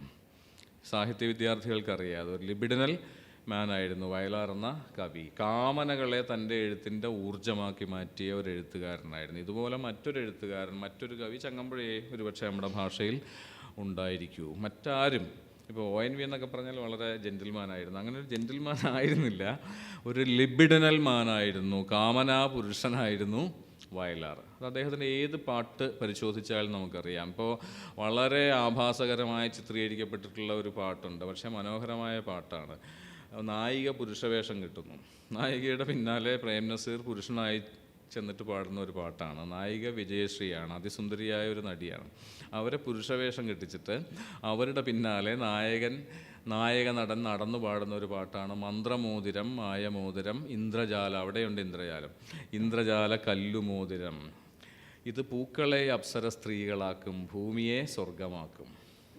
എന്ത് മനോഹരമാണ് ആ വരികളിലെ. പൂക്കളെ അപ്സരസുകളാക്കും, ഭൂമിയെ സ്വർഗമാക്കും, ഇന്ദ്രജാല കല്ല് മോതിരം. ഈ മോതിരം എന്ന് പറയുന്നത്, ഇവിടെ ഈ പറയുന്ന ഇന്ദ്രജാല കല്ല് മോതിരം എന്ന് പറയുന്ന ഒരു ഒരു സിമ്പലാണെങ്കിൽ ആ ഇന്ദ്രജാല കല്ലുമോതിരം സ്വായത്തമായിരുന്ന കവിയാണ്. ഭൂമിയെ വളരെ പെട്ടെന്ന് ഒരു ഗന്ധർവലോകമായോ അപ്സരസുകളും ഗന്ധർവന്മാരും വിഹരിക്കുന്ന ഒരു അതീത മണ്ഡലമായോ മാറ്റാൻ ശേഷിയുള്ള വലിയ ഭാവനാശേഷിയുടെ ഉടമയായിരുന്നു വയലാർ. ഞാനീ പറയുന്ന 2 തരം ഭാവന വിന്യാസം കാണാം നമുക്ക് വയലാർ കവിതയിൽ. ഒന്ന് ഈ അപ്സരസുകളുടെ ലോകമാണ്. ഇന്നലെ ഇവിടെ റഫീഖ് അഹമ്മദ് ഉദ്ധരിച്ച കവിത പാട്ട് നിങ്ങൾക്ക് ഓർമ്മയുണ്ടോ? ഇല്ലെങ്കിൽ ഞാൻ പറയും, അദ്ദേഹത്തെ വിളിച്ച് പറയും, നിങ്ങൾക്ക് ഓർമ്മയില്ല, നിങ്ങൾ അത്ര പെട്ടെന്ന് മറന്നു അത് എന്ന് പറയും. വിശേഷമായിട്ട് അദ്ദേഹം പരാമർശിച്ച ഒരു പാട്ടുണ്ടായിരുന്നല്ലോ, അത് വയലാറിൻ്റേതുമായിരുന്നു. അത് ഇന്നലത്തെ ഉദ്ഘാടന പ്രഭാഷണത്തിൽ ഒരു പാട്ടിനെ പറ്റി അദ്ദേഹം സവിശേഷമായിട്ട് പറഞ്ഞിട്ടുള്ളൂ. അത് വയലാറിൻ്റെ ഒരു പാട്ടായിരുന്നു. ആർക്കെങ്കിലും ഓർമ്മയുണ്ടോ? അപ്പോൾ ഇത്രയേ ഉള്ളൂ. ഞാൻ റഫീഖ് അഹമ്മദ് ഇവിടുന്ന് പോയി വീട്ടിലെത്തി ഒന്ന് ഉറങ്ങി ഉണരുമ്പോഴേക്കും അദ്ദേഹം പറഞ്ഞതെല്ലാം നിങ്ങൾ മറന്നു. ഞാനിവിടുന്ന് ഇറങ്ങുമ്പോഴേക്കും മറക്കും. അപ്പോൾ വെൺചന്ദ്ര ലേഖയൊരപ്സര സ്ത്രീ, വിപ്രലംഭ ശൃംഗാര നൃത്തമാടാൻ വരും വെൺചന്ദ്രലേഖയൊരപ്സര സ്ത്രീ. ഓർമ്മയുണ്ടോ? അദ്ദേഹം ഇന്നലെ ഇതുപോലെ ഇവിടെ നിന്നിട്ട് പറഞ്ഞത് അല്ലേ? അങ്ങനെ അപ്സരസായി നിലാവിനെ, ചന്ദ്രികയെ മാറ്റുന്ന ഒരു ഭാവനാവിന്യാസം. പിന്നെ ഇങ്ങോട്ട് താഴേക്ക് വന്നാൽ മേലെ മാനത്തെ പഞ്ചമി ചന്ദ്രന് കനകം മേഞ്ഞൊരു 4 കെട്ട്, അവളെ സ്നേഹിച്ച നീലിപ്പുലയിക്ക് മഴ പെയ്താൽ ചോരുന്ന 4 കെട്ടായിരിക്കില്ലല്ലോ, 4 കെട്ട് മഴ പെയ്താൽ ചോരാറില്ല എന്നാണല്ലോ. അപ്പോൾ ഇങ്ങനെ നീലിപ്പുലയുടെ, മഴ പെയ്താൽ ചോരുന്ന ഓലപ്പുരയിൽ താമസിക്കുന്ന നീലിപ്പുലയിമാരുടെ ഒരു ലോകമുണ്ട്, അടിസ്ഥാന വർഗത്തിൻ്റെ. അവരോടൊപ്പമായിരുന്നു വയലാർ, അതുകൂടി പറയണം. ഗന്ധർവന്മാരോടൊപ്പം അപ്സരസുകളോടൊപ്പം ഇരുന്നുണ്ട്, അമൃതത്തുണ്ട്, ഏതോ സ്വർഗത്തിൽ താമസിച്ച ഒരാൾ മാത്രമായിരുന്നില്ല. അത് ഭാവനാപരമായി ആ ലോകങ്ങളെ മണ്ണിലേക്ക് ഇറക്കിക്കൊണ്ടുവരാനും അടിസ്ഥാന വർഗത്തിൻ്റെ ചോദനകളെ ഉൾക്കൊണ്ട് പാടാനും എഴുതാനും. ഒരു സിനിമാ ഗാനം എഴുതുമ്പോഴും അദ്ദേഹത്തിൻ്റെ രാഷ്ട്രീയ ബോധം കൈവിട്ടിരുന്നില്ല എന്ന് ഓർക്കണം. ഉദാഹരണമായി ഞാൻ അതിശയിച്ചു പോയിട്ടുള്ളൊരു സന്ദർഭമുണ്ട്, നിങ്ങൾ കേട്ടിട്ടുണ്ടാവും, എല്ലാവരും കേട്ടിട്ടുണ്ടാവും. ഗുരുദേവ ഗുരുദേവ ശ്രീനാരായണ ഗുരുദേവ എന്നൊരു ഗാനം. ശിരസിൽ ശ്രീപാദ പുഷ്പങ്ങൾ ചാർത്തിയ ശിവഗിരി തേടി വരുന്നു ഞങ്ങൾ, ഗുരുകുലം തേടി വരുന്നു. ഇത്രയും ഏത് ശിവഗിരി തീർത്ഥാടന യാത്രയിലും എല്ലാവർക്കും പാടിക്കൊണ്ടു പോകാവുന്ന വരികളാണ്. പക്ഷേ പല്ലവി കഴിഞ്ഞു, അടുത്ത വരിയിൽ ഭാവം മാറുന്നു.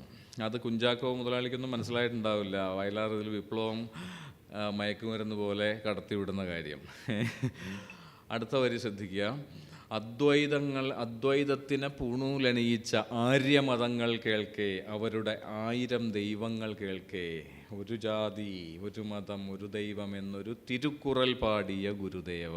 അദ്വൈതത്തിന് പൂണൂലണിയിച്ച ആര്യമതങ്ങൾ കേൾക്കേ, അവരുടെ 1000 ദൈവങ്ങൾ കേൾക്കേ. അദ്വൈതം ഒന്നേ ഉള്ളൂ, എന്നിട്ടാണ് 1000 ദൈവങ്ങൾ. അങ്ങനെയാണ് അദ്വൈതത്തിനെ പൂണൂലണിയിക്കുക. ഈ ഒരു ജാതി ഒരു മതം ഒരു ദൈവം എന്നൊരു തിരുക്കുറലോതിയ ഗുരുദേവ. മറ്റൊരു തിരുവള്ളുവരായിരുന്നു, ഒരു ദ്രാവിഡ ജ്ഞാനിയായിരുന്നു നാരായണ ഗുരു എന്നതിനർത്ഥമുണ്ട്. ഒരിടത്ത് പൂണൂൽ, അദ്വൈതത്തെ പൂണൂൽ അണിയിച്ച ശങ്കരാചാര്യർ, മറുവശത്ത് തിരുവള്ളുവരും നാരായണ ഗുരുവും. ഒരുതരം ദ്രാവിഡ പ്രതിരോധം നിർമ്മിച്ച കവികളും ജ്ഞാനികളും ഗുരുക്കന്മാരും. ഇതേ ശങ്കരാചാര്യരെ പറ്റി ഒരു പാട്ടുണ്ട്, അദ്വൈതം ജനിച്ച നാട്ടിൽ ആദിശങ്കരൻ പിറന്ന നാട്ടിൽ എന്നൊരു ഗാനമുണ്ട്. അതിൽ വളരെ മനോഹരമായിട്ട് ആ പാട്ട് നിങ്ങളൊന്ന് കേട്ടു നോക്കാൻ അറിയാം. ഒരിടത്ത് അദ്വൈതത്തിൻ്റെ കാലടി എന്നൊരു വരിയുണ്ട്. അദ്വൈതത്തിൻ്റെ കാലടി എന്ന് പറഞ്ഞാൽ ഇപ്പോൾ ഞാൻ അങ്ങോട്ട് പോകുന്ന വഴിയിലുള്ള ഒരു സ്ഥലം അല്ലേ, കാലടി. പെരുമ്പാവൂർ കഴിഞ്ഞാലുള്ള അങ്കമാലിക്കും പെരുമ്പാവൂരിനും ഇടയിലുള്ളൊരു സ്ഥലം മാത്രമല്ല, കാലടിയുമാണ് അല്ലേ. അദ്വൈതത്തിൻ്റെ കാലടി അല്ലേ, ഫുട്ട് എന്ന അർത്ഥത്തിൽ അല്ലേ. ഇങ്ങനെ വാക്കുകളെ മാന്ത്രികമായി പ്രയോഗിക്കാനും വയലാറിന് സാധിക്കുമായിരുന്നു. ഉദാഹരണമായി കുമാരനാശാനെ പറ്റി, വീണപൂവിനെ പറ്റി ഒരു പാട്ടുണ്ടല്ലോ വയലാറിൻ്റെ. ഏതായിരുന്നു? വീണപൂവേ വീണപൂവേ, കുമാരനാശാൻ്റെ വീണപൂവേ, വിശ്വദർശന ചക്രവാളത്തിലെ വിസ്മയമല്ലോ നീ, ആണോ? അങ്ങനെ അല്ലേ? അങ്ങനെ തുടരുന്ന ആ പാട്ടിൻ്റെ അവസാനം, ആ പാട്ടിൻ്റെ ചരണത്തിൽ ഇതുപോലൊരു വരിയുണ്ട്. ആശാൻ്റെ വീണപൂവിൻ്റെ വൃത്തം എന്തായിരുന്നു? മലയാള സാഹിത്യ വിദ്യാർത്ഥികളോടാണ് ചോദ്യം. അതുകൂടി ഈ പാട്ടിൽ ഉൾച്ചേർത്തിട്ടുണ്ട് വയലാർ. അത് പറഞ്ഞാലേ ഇത് പറയാൻ പറ്റൂ. അതുകൊണ്ടാണ് ഇങ്ങനെയൊന്നും ചോദിക്കുമെന്ന് വിചാരിച്ചില്ലല്ലേ രാവിലെ ഇവിടെ വന്നിരുന്നപ്പം. വല്ല ആവശ്യമുണ്ടോ അല്ലേ ഇയാളുടെ മുമ്പിൽ ഇങ്ങനെ പോയി ഇരുന്ന് കൊടുത്തിട്ട്? ടീച്ചറിനോടൊക്കെ ചോദിക്കുന്നുണ്ട് കേട്ടോ, അവിടെ നിന്ന് ഇങ്ങനെ കണ്ണുകൊണ്ടൊക്കെ ചോദിക്കുന്നുണ്ട്, ടീച്ചറെ ഒന്ന് സഹായിക്കുക എന്ന്. വസന്തതിലകം എന്ന് കേട്ടിട്ടുണ്ടാവും. അതാണ് ആ വീണപൂവിൻ്റെ വൃത്തം. അത് പൂവിനെ കുറിച്ചുള്ള കവിതയാണ്.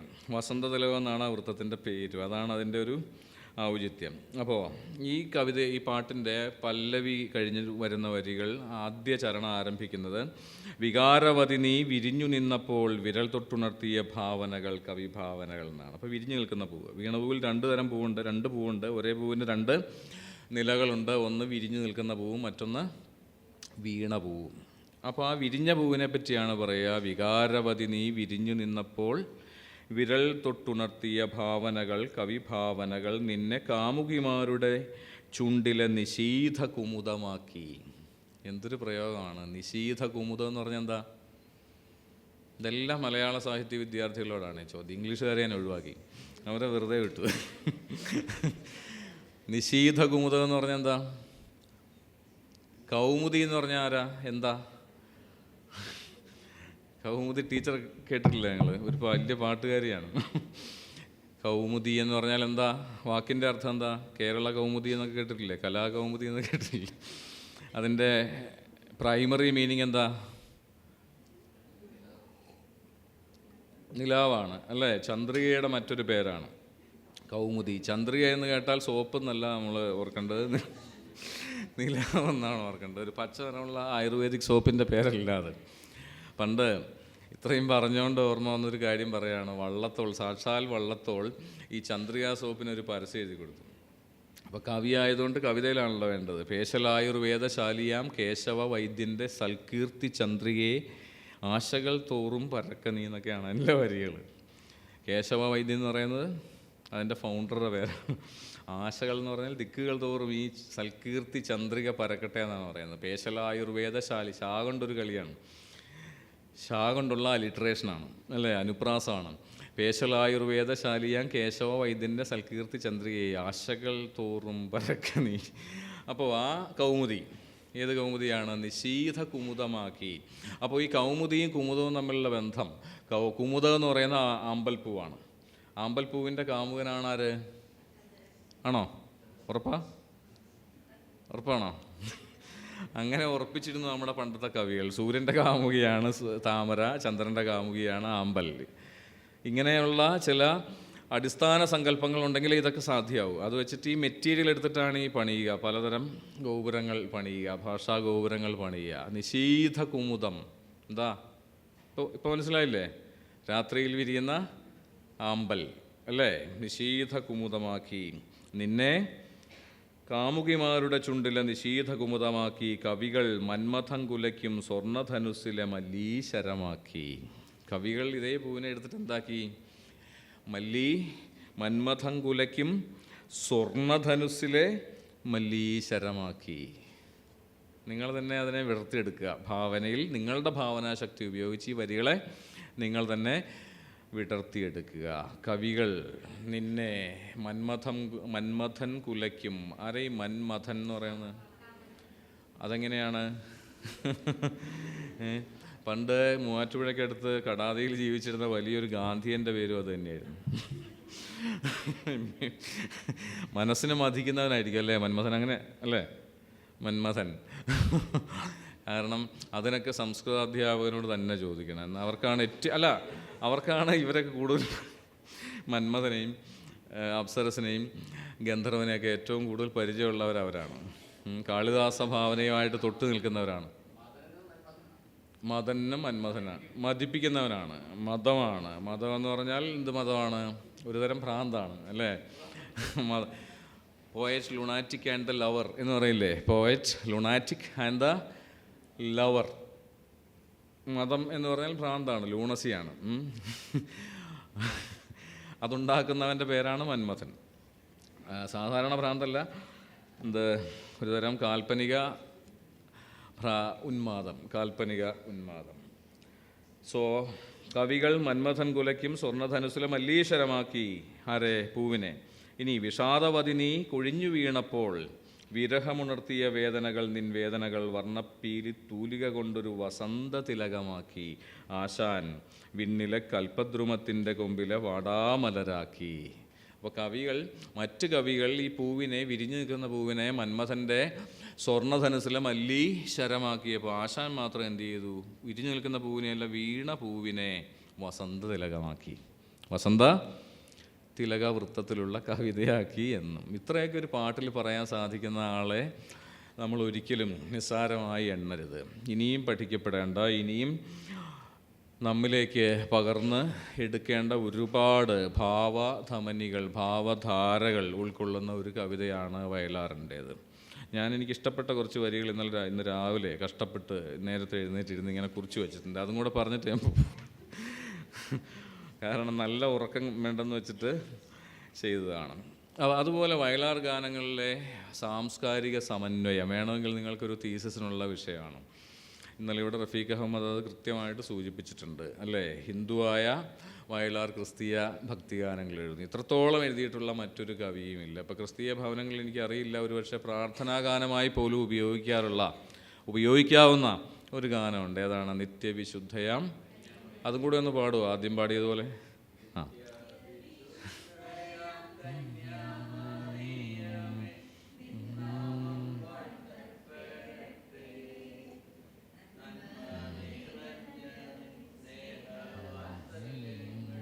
ഞങ്ങൾക്ക് അതിൻ്റെ ചരണമാണ് ഗംഭീരം, അല്ലേ? കാറ്റു വിതച്ച്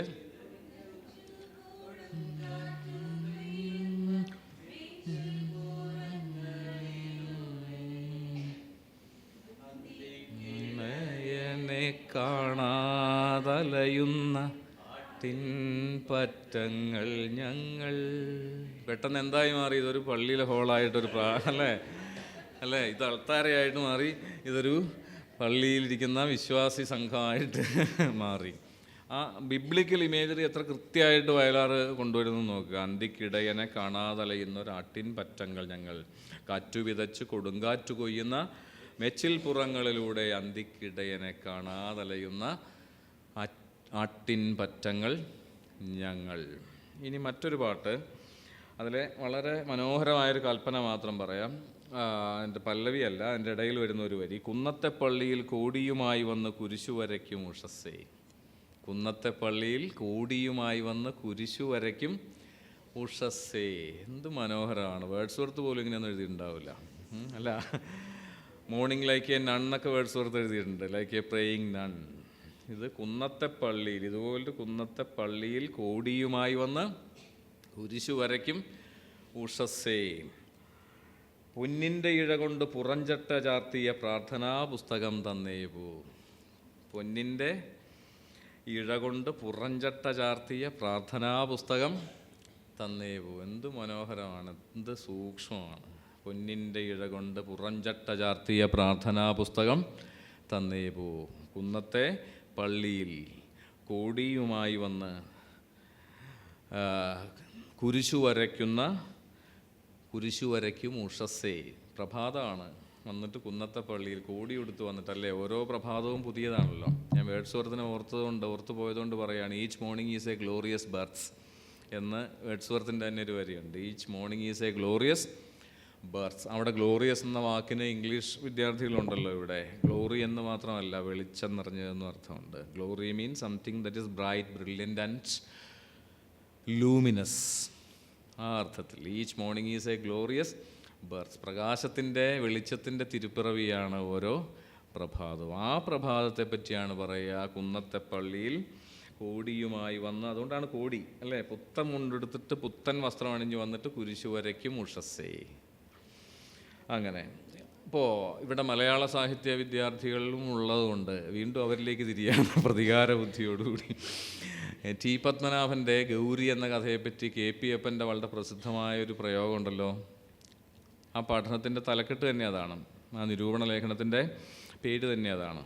പ്രണയത്തിൻ്റെ, ഇന്ന് പ്രണയ ദിനമല്ലേ മക്കളെ, പറയേ. അധര സിന്ദൂരം കൊണ്ട് എഴുതിയ കഥ. എന്താണ് അധര സിന്ദൂരം? എന്താണ്? ലിപ്സ്റ്റിക്കാണെന്ന് ആർക്കെങ്കിലും വിചാരമുണ്ടോ? പ്രണയത്തിന് ലിപ്സ്റ്റിക്കുമായിട്ടൊരു ബന്ധമില്ല. അധര സിന്ദൂരമാണ്.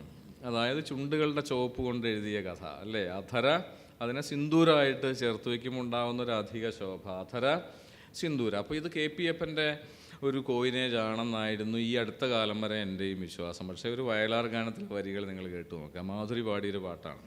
ക്ഷേത്രപാലക ക്ഷമിക്കൂ ക്ഷമിക്കൂ, രാത്രിയിൽ ലജ്ജാലസഗാത്രിയായി ഞാൻ ഈ ആസ്ഥാന മണ്ഡപത്തിൽ കടന്നുപോയി.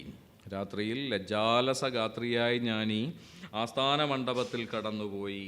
അവിടുത്തെ അനുവാദമില്ലാതെ ഞാൻ ഈ അസുലഭ പുഷ്പതലം ഇറുത്തുപോയി. അമൃത നിശ്യന്തിയാം പൂവിൻ്റെ ചുണ്ടിലൻ അധര സിന്ദൂരം പൊഴിഞ്ഞുപോയി. അപ്പോൾ ആർക്കാണ് ഇതിൻ്റെ കോപ്പിറൈറ്റിൻ്റെ ക്രെഡിറ്റ്?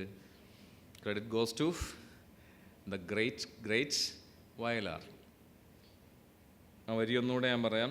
അമൃത നിശ്യന്തിയാം പൂവിൻ്റെ ചുണ്ടിലൻ അധര സിന്ദൂരം പൊഴിഞ്ഞുപോയി. എന്തെല്ലാം വാക്കുകളാണല്ലേ. അമൃത നിശ്യന്തിയോട് അധര സിന്ദൂരത്തെ ചേർത്ത് വെച്ചിരിക്കുകയാണ്. ഈ വയലാറിനെയാണ് നമ്മൾ ഏതോ പാട്ടെഴുത്തുകാരൻ കോടമ്പാക്കത്ത് താമസിച്ച് സിനിമക്കാർക്ക് വേണ്ടി ഒരു കച്ചവടം പോലെ, ഒരു കച്ചവട കലാരൂപത്തിന് വേണ്ടി പാട്ടുകൾ എഴുതി തള്ളിയ കവിയെന്ന് പറയുന്നത്. ഇനി നിങ്ങൾ ഈ അടുത്ത കാലത്തെന്ന് പറഞ്ഞാൽ ഞങ്ങൾക്കൊക്കെ ചെറുപ്പമായിരുന്ന കാലത്തിറങ്ങിയ ഒരു സിനിമയിലെ ഒരു പാട്ടിൻ്റെ ഛായ ഈ പാട്ടിന് തോന്നുന്നുണ്ട് എങ്കിൽ അതിൻ്റെ കുറ്റക്കാരൻ, അതിൻ്റെ അക്കാര്യത്തിൽ കുറ്റക്കാരൻ വയലാറല്ല, ആ പാട്ട് എഴുതിയ കവിയാണെന്ന് വിചാരിക്കുക. ഞാൻ വയലാർ ഗാനത്തിലെ വരികൾ വായിക്കാം. പാതി വിരിഞ്ഞാൽ കൊഴിയുന്ന പൂവിന് പ്രണയമെന്നെന്തിനു പേരിട്ടു. ഇങ്ങനെ ഒരു പാട്ട് കേട്ടിട്ടുണ്ടോ നിങ്ങൾ എവിടെയെങ്കിലും? അത് തന്നെ ടീച്ചർ പറഞ്ഞ ആ പാട്ട് ഉണ്ട്. അതാരുടേതായിരുന്നു? ആരുടാന്നൊക്കെ പറയേണ്ട മറ്റൊരു പാട്ട് എഴുത്തുകാരൻ്റെ, ഒരു പിൽക്കാല ഗാന രചയിതാവിൻ്റെ. മോശക്കാരനല്ല ആ കവി, അതുകൊണ്ട് ആ പേര് നമുക്ക് പറയണ്ട.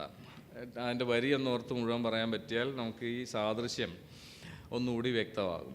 പേരറിയാത്തൊരു നൊമ്പരത്തെ പ്രേമമെന്നാരോ വിളിച്ചു, മണ്ണിൽ വീണുടയുന്ന തേൻകുടത്തെ കണ്ണുനീരെന്നും വിളിച്ചു. ഇത് വയലാറിൻ്റെതല്ല വരികൾ. വയലാറിൻ്റെ വരികൾ ഇതാണ്. പാതി വിരിഞ്ഞാൽ കൊഴിയുന്ന പൂവിന് പ്രണയമെന്നെന്തിനു പേരിട്ടു. നിങ്ങൾക്കറിയാം അല്ലേ, പാതി വിരിഞ്ഞാൽ കൊഴിയുന്ന പൂവാണ് പ്രണയം പലപ്പോഴും. അതിന് പ്രണയമെന്നെന്തിന് പേരിട്ടു. കണ്ണുനീരിൽ അലിയും മഴവില്ലിന് പെണ്ണെന്നെന്തിനു പേരിട്ടു. ദാഹിച്ചു നടക്കുന്ന വേഴാമ്പൽ പക്ഷിക്ക് മോഹമെന്നെന്തിനു പേരിട്ടു. അക്കര പച്ചയിലെ ആകാശത്തുമ്പിക്ക് സ്വപ്നമെന്നെന്തിനു പേരിട്ടു. മണ്ണിൽ വീണുടയുന്ന പളുങ്കുപാത്രത്തിന് മനസ്സെന്നെന്തിനു പേരിട്ടു. വിളിക്കാതെ വരുന്നൊരു വിരുന്നുകാരന് വിധി എന്നെന്തിനു പേരിട്ടു. അപ്പോൾ ആരാണ് ഒറിജിനൽ? അത് വയലാറാണ് അല്ലേ. വിളിക്കാതെ വരുന്ന വിരുന്നുകാരന് വിധി എന്നെന്തിനു പേരിട്ടു. അത്രത്തോളമൊന്നും പോകുന്നുമില്ല ഈ പിൽക്കാല മാറ്റൊലി പാട്ട്. വയലാറിനെ തന്നെ മാറ്റൊലി കവി എന്ന് വിളിച്ചിരുന്നു അന്നത്തെ ചില നിരൂപകർ. ആ വയലാറിൻ്റെ മാറ്റൊലി, എൻ്റെ മാറ്റൊലി കവിതകൾ എന്ന പേരിൽ വയലാർ വളരെ അന്തസ്സോടുകൂടി അതിന് മറുപടിയും നൽകി. ഒരു സമാഹാരത്തിന് പേരിട്ടു എൻ്റെ മാറ്റൊലി കവിതകൾ. എൻ്റെ മാറ്റൊലി കാളിദാസൻ്റെയും ചങ്ങമ്പുഴയുടെയും മാറ്റൊലി കവിതകളാണെങ്കിൽ അഭിമാനപൂർവ്വം ഇതാ ഞാൻ എൻ്റെ പുസ്തകത്തിന് സമാഹാരത്തിന് പേരിടുന്നു എൻ്റെ മാറ്റൊലി കവിതകൾ. അപ്പോൾ ഈ പാട്ടെഴുതിയ കവിയെ എല്ലാവർക്കും പിടികിട്ടി അല്ലേ. മോശക്കാരനല്ലാത്തൊരു പാട്ടെഴുത്തുകാരനാണ്. 90കളിൽ എഴുതപ്പെട്ട ഒരു പാട്ടാണ്. അത് മാത്രമല്ല, മറ്റൊരു പാട്ട് കൂടി നിങ്ങളെ ഓർമ്മിപ്പിക്കാം. ആദ്യത്തെ വരി ഇങ്ങനെയായിരുന്നല്ലോ, പാതി വിരിഞ്ഞാൽ കൊഴിയുന്ന പൂവിന് പ്രണയമെന്ന് എന്തിന് പേരിട്ടു. പാതി വിരിഞ്ഞാൽ കൊഴിയുന്ന തല്ലി പ്രണയമെന്നല്ലോ പറഞ്ഞു നീ. അങ്ങനെ ഒരു പാട്ടുണ്ട്. സിനിമയും പറയാൻ വേണമെങ്കിൽ ജയറാം നായകനായിട്ടുള്ളൊരു സിനിമയാണ്, മഞ്ജു വാര്യരൊക്കെ അഭിനയിച്ചൊരു സിനിമയാണ്. പാതി വിരിഞ്ഞാൽ കൊഴിയുന്നതല്ലി പ്രണയമെന്നല്ലോ പറഞ്ഞു നീ ആദ്യമായി കണ്ട നാൾ. അപ്പോൾ ഈ പാട്ടെഴുത്തുകാർക്കെല്ലാം ഉള്ള ചില്ലറ തുട്ടുകളും കൊടുത്തിട്ടാണ് വയലാർ പോയത്.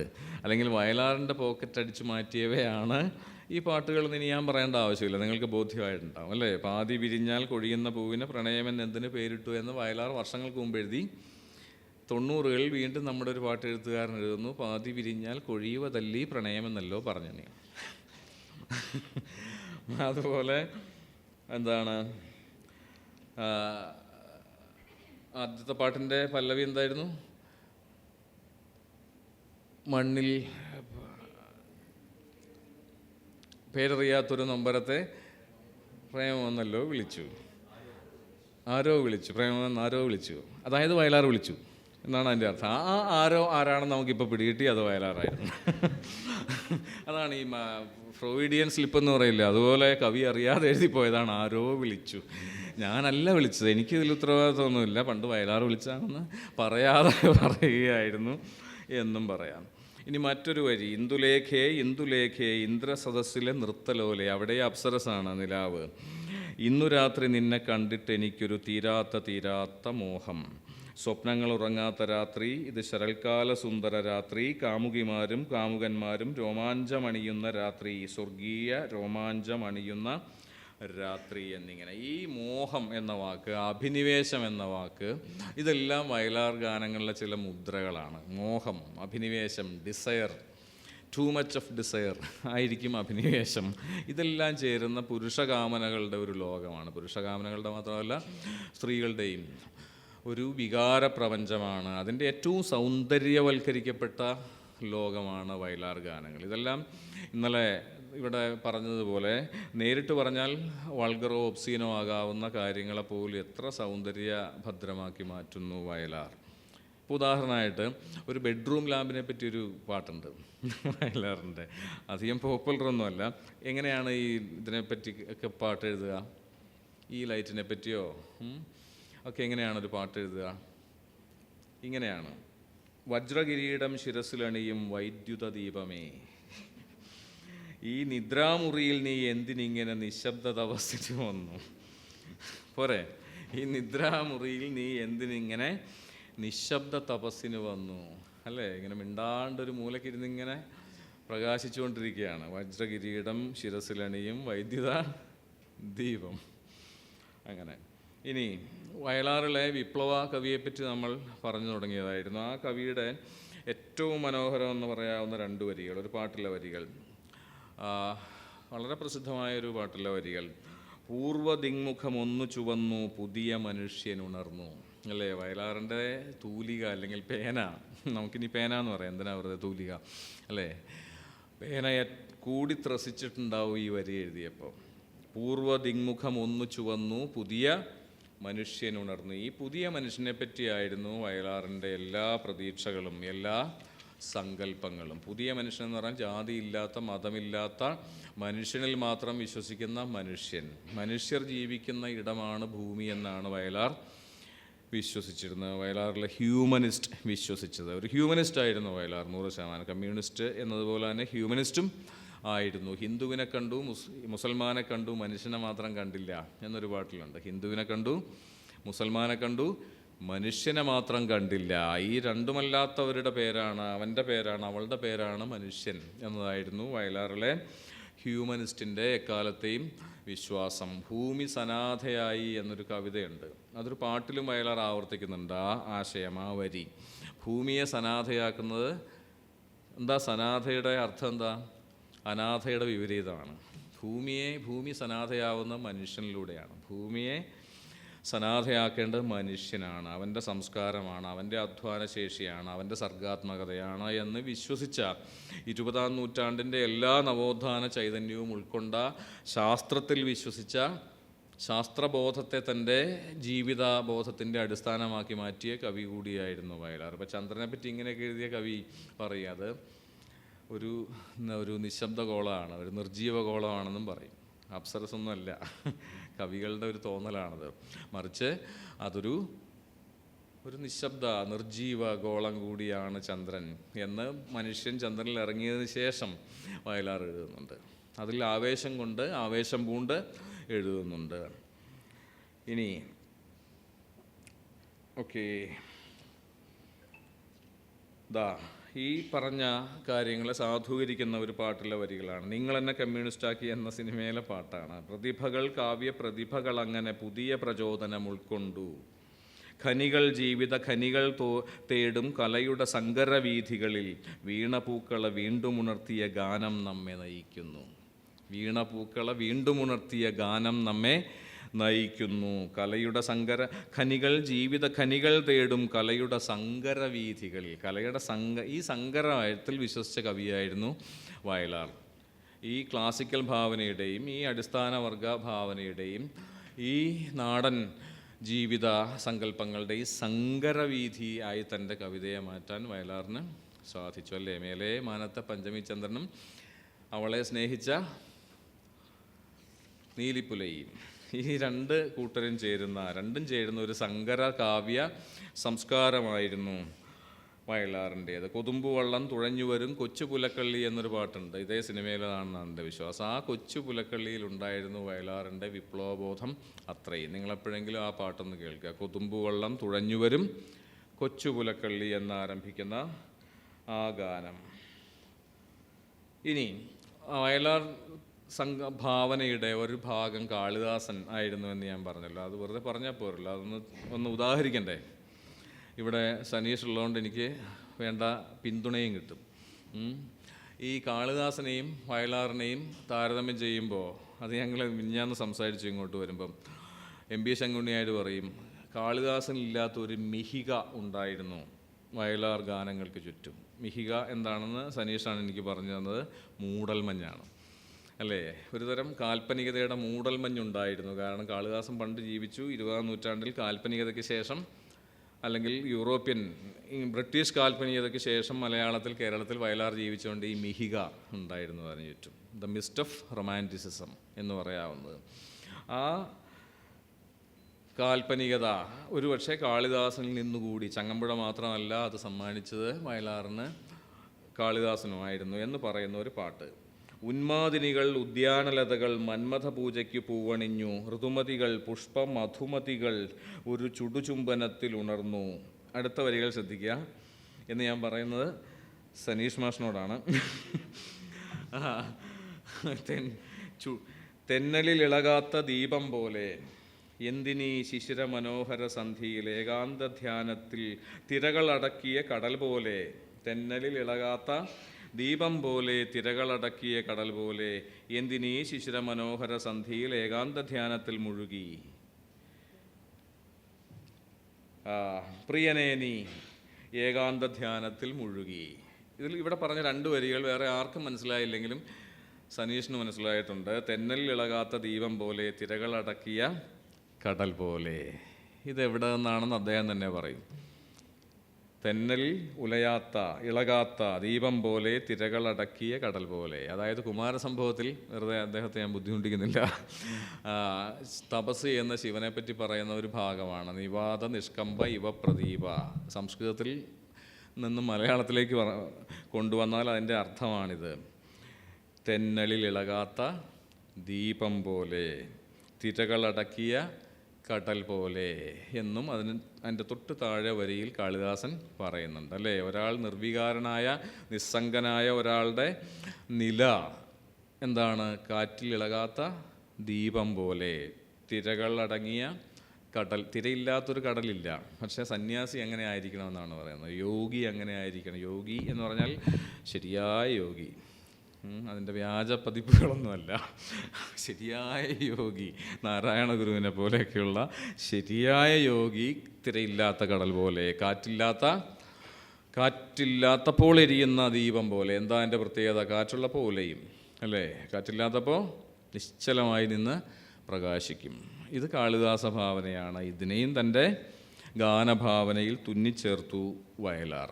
ഇനി ചങ്ങമ്പുഴ സ്വാധീനത്തെപ്പറ്റി പറഞ്ഞു. ചങ്ങമ്പുഴയുടെ മനസ്സുനിയിലെ പ്രസിദ്ധമായ വരി ഏതാണ്? സൗന്ദര്യത്തെപ്പറ്റി പറയുന്ന മഴവിൽ കൊടിയുടെ മുനമുക്കി മലരൊളി തിരളും മധുചന്ദ്രികയിൽ മഴവിൽ കൊടിയുടെ മുനമുക്കി എഴുതാനുഴറി കൽപ്പന മധുരമൊരഴകിനെ എന്നെ മറന്നു ഞാൻ. കാൽപ്പനിക കവിതയുടെ കൂടി നിർവചനമാണ്. മലരൊളി തിരളും മധുചന്ദ്രികയിൽ മഴവിൽ കൊടിയുടെ മുനമുക്കി. എഴുതാനുഴറി കൽപ്പന മധുരമൊരഴകിനെ എന്നെ മറന്നു ഞാൻ. നിലാവിൽ, അത് മധുചന്ദ്രികയിൽ, തേൻ പോലുള്ള നിലാവിൽ, തേൻ പോലെ മധുരിക്കുന്ന നിലാവിൽ മഴവിൽ കൊടിയുടെ മുനമുക്കി. എഴുതാൻ ഉഴറി കൽപ്പന മധുരമൊരഴകിനെ. ഇതുകൊണ്ട് മാത്രം, ഇവ കൊണ്ട് മാത്രം ആവിഷ്കരിക്കാൻ പറ്റുന്ന ഒരഴകിനെ വരയ്ക്കാൻ, എഴുതാൻ ഞാൻ സ്വയം മറന്നുകൊണ്ട് ഉഴറി എന്നാണ് കവി പറയുക. ഓക്കെ, ഇതുപോലെ ഇത് ഒരു വയലാർ ഗാനത്തിൽ വന്നിരിക്കുന്നത് മഴവിൽ കൊടിയുടെ മുനമുക്കി എന്നൊക്കെ ഞാൻ പറഞ്ഞു അല്ലേ. മലരൊളി തിരളും മധുചന്ദ്രികയിൽ മഴവിൽ കൊടിയുടെ മുനമുക്കി. ഇതേ സങ്കല്പം ഒരു വയലാർ ഗാനത്തിൽ നമുക്ക് കാണാം. ആ പാട്ട് ഏതായിരുന്നു? മഴവിൽ കൊടിയുടെ ചായത്തളികയിൽ, മധുചന്ദ്രികയുടെ ചായത്തളികയിൽ തുടങ്ങുന്നൊരു പാട്ടില്ലേ? ആർക്കെങ്കിലും ഓർമ്മയുണ്ടോ അത്? മധുചന്ദ്രികയുടെ ചായത്തളികയിൽ മഴവിൽ കൊടിയുടെ മധുചന്ദ്രികയുടെ ചായത്തളികയിൽ മഴവിൽ കൊടിയുടെ മുനമുക്കി. ഇത് വയലാറിൻ്റെ പാട്ടാണ്. ചങ്ങമ്പുഴയുടെ കവിതയിൽ എന്താ നമ്മൾ കണ്ടത്? മലരൊളി തിരളും മധുചന്ദ്രികയിൽ മഴവിൽ കൊടിയുടെ മുനമുക്കി. വലിയ വ്യത്യാസമൊന്നുമില്ല. അങ്ങനെ തന്നെ ഇങ്ങ് എടുത്തു. അച്ഛൻ്റെ കീശയിലെ പണം മകൻ എടുക്കുന്ന പോലെ വയലാർ ഇങ്ങോട്ട് എടുത്തതാണ് ചങ്ങമ്പുഴയുടെ കീശയിലെ ഈ കാൽപ്പനിക നിധി. ഇനിയെങ്കിലും നമുക്ക് അവസാനിപ്പിക്കേണ്ടിയിരിക്കുന്നു. ഇതാണ് ആ പാട്ട്, ഞാനിവിടെ കുറിച്ച് വെച്ചിട്ടുണ്ട്. മധുചന്ദ്രികയുടെ ചായത്തളികയിൽ മഴവിൽ പൂമ്പൊടി ചാലിച്ചു, മനസ്വിനി നിൻ മായാരൂപം മനസ്സിൽ ഞാൻ വരച്ചു, കാണാത്ത സ്വപ്നങ്ങളിലെ കവിതകളാൽ കണ്ണെഴുതിച്ചു. വാലന്റൈൻസ് ഡേ ആയതുകൊണ്ട് ഈ വരികളിലേക്ക് നമ്മൾ എത്തിച്ചേർന്നത് സ്വാഭാവികമാണെന്ന് ഞാൻ വിചാരിക്കുന്നു. കാണാത്ത സ്വപ്നങ്ങളിലെ കവിതകളാൽ കണ്ണെഴുതിച്ചു, നിദ്രയിലെ നീലിമയാൽ ഞാൻ നിൻ കൂന്തൽ കറുപ്പിച്ചു, ലജ്ജയിലെ സിന്ദൂരത്താൽ നെറ്റിക്കുറി ചാർത്തിച്ചു. എന്തെല്ലാം കൽപ്പനകളാണ്! ഇതാണ് സ്ത്രീ സൗന്ദര്യത്തോട് വയലാർ ചെയ്തത്. നിദ്രയിലെ നീലിമയാൽ മുടി കറുപ്പിക്കുന്നു, കാണാത്ത സ്വപ്നങ്ങളാൽ കണ്ണെഴുതിക്കുന്നു, ലജ്ജയുടെ സിന്ദൂരത്താൽ നെറ്റിക്കുറി ചാർത്തിക്കുന്നു. ഇങ്ങനെ സ്ത്രീ സൗന്ദര്യത്തെ ഒരുപക്ഷെ രവിവർമ്മ തൻ്റെ ചിത്രകലയിലൂടെ ചെയ്തതുപോലെ ഒരു സൗന്ദര്യ വിധാനത്തിലേക്ക്, അല്ലേ, വളരെ ഉന്നതമായ ഒരു സൗന്ദര്യ വിധാനത്തിലേക്ക് ഉയർത്തുക കൂടി ചെയ്തു വയലാർ. ഇന്ദുമുഖി ഇന്ദുമുഖി എന്തിനിന്നു നീ സുന്ദരിയായി. മറ്റൊരു പാട്ടിൻ്റെ പല്ലവിയാണ്. ചന്ദ്രനോടാണ് ചോദിക്കുന്നത്, ചന്ദ്രനോടല്ല ചോദിക്കുന്നത്, അല്ലേ. ഇന്ദുമുഖി ഇന്ദുമുഖി എന്തിനിന്നു നീ സുന്ദരിയായി. പിന്നെ ചില അസാധാരണ കൽപ്പനകളുടെ കവി കൂടിയായിരുന്നു വയലാർ. ഈ വരികളൊന്ന് ശ്രദ്ധിക്കുക. കാവിയുടുപ്പുമായി കാറ്റുകൊള്ളാൻ വരും കർപ്പൂരമേഘമേ, കാവിയുടുപ്പുമായി കാറ്റുകൊള്ളാൻ വരും കർപ്പൂരമേഘമേ, ക്ലാവ് പിടിച്ച നിൻ പിച്ചളമൊന്തയിൽ കണ്ണുനീരോ പനിനീരോ. ക്ലാവ് പിടിച്ച നിൻ പിച്ചളമൊന്തയിൽ കണ്ണുനീരോ പനിനീരോ. കാവിയുടുപ്പുമായി കാറ്റുകൊള്ളാൻ വരും കർപ്പൂരമേഘമേ. കർപ്പൂരമുണ്ട്, കാവിയുണ്ട്, പിച്ചളമൊന്തയുണ്ട്, പക്ഷെ ക്ലാവ് പിടിച്ചിരിക്കുന്നു. ചിരിക്കൂ. അതുപോലെ ഒരു പാട്ടിൽ, അതിൻ്റെ ഫോട്ടോ ഞാനെടുത്ത് ഫോണിൽ വെച്ചിട്ടുണ്ട്. വളരെ അസാധാരണമെന്ന് പറയാവുന്ന ഒരു ഗാനമാണ്. അതെനിക്ക് പരിചയപ്പെടുത്തി തന്നത് ഈ സെമിനാറിൻ്റെ ഉദ്ഘാടകനായിരുന്ന റഫീഖ് അഹമ്മദാണ്. ആകാശത്തെ കനലണഞ്ഞു എന്ന മറ്റോ ആണ് അതിൻ്റെ ഒരു പ്രാരംഭം. ആകാശത്തിലെ കനലണഞ്ഞു, ഇങ്ങനെയാണ്.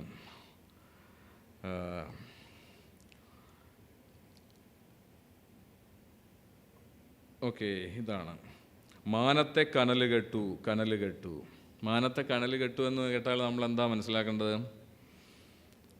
ധ്വന്യാലോകം പഠിച്ചിട്ടുള്ള ഒരാളെന്താ മനസ്സിലാക്കേണ്ടത്? കവിതയുടെ ധ്വനി മനസ്സിലാവുന്ന ആളുകൾ എന്താ മനസ്സിലാക്കേണ്ടത്? മാനത്തെ കനൽ കെട്ടു എന്ന് പറഞ്ഞാൽ എന്താ മനസ്സിലാക്കേണ്ടത്? പഴയ പിൽക്കാലത്തെ പാട്ടൊക്കെ കേട്ടിട്ടില്ലേ? മൂവന്തി താഴ്വരയിൽ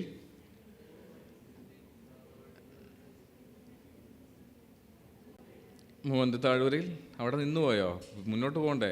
മൂവന്തി താഴ്വരയിൽ വെന്തുരുകും വെൺസൂര്യൻ മുന്നാഴി ചെങ്കനലായി എന്നതുപോലെ തന്നെ ഒരു വരിയാണ്. ആകാശത്തെ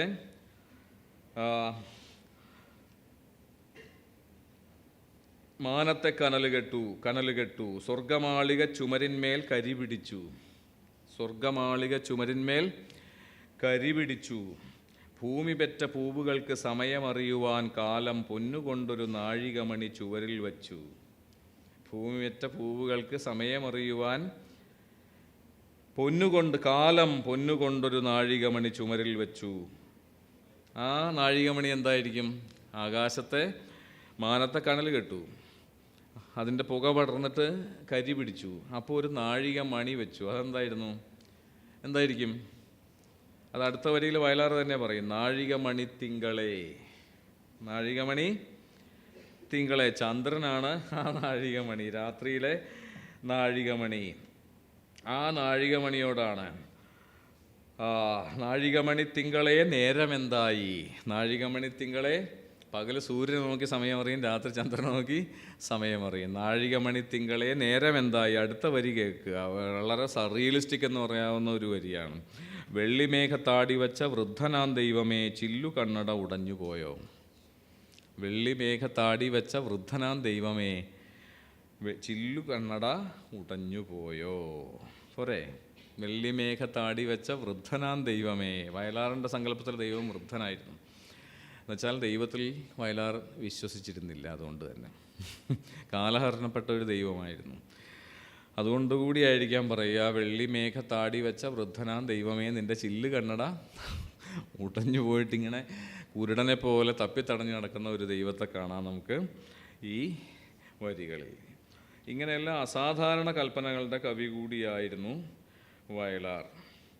അപ്പോൾ നമുക്ക് ഇത് അവസാനിപ്പിക്കാൻ നേരമായി. നമ്മൾ വാലന്റൈൻസ് ഡേയിലാണ് തുടങ്ങിയത്. അതുകൊണ്ട് തന്നെ ഒരു വാലന്റൈൻസ് ഡേ ഗാനത്തിൽ നമുക്ക് അവസാനിപ്പിക്കാം, അല്ലേ? അതേതായിരിക്കും? എന്നെ ആ തെരഞ്ഞെടുപ്പ് നടത്താൻ അനുവദിക്കുകയാണെങ്കിൽ ഞാൻ പറയുക,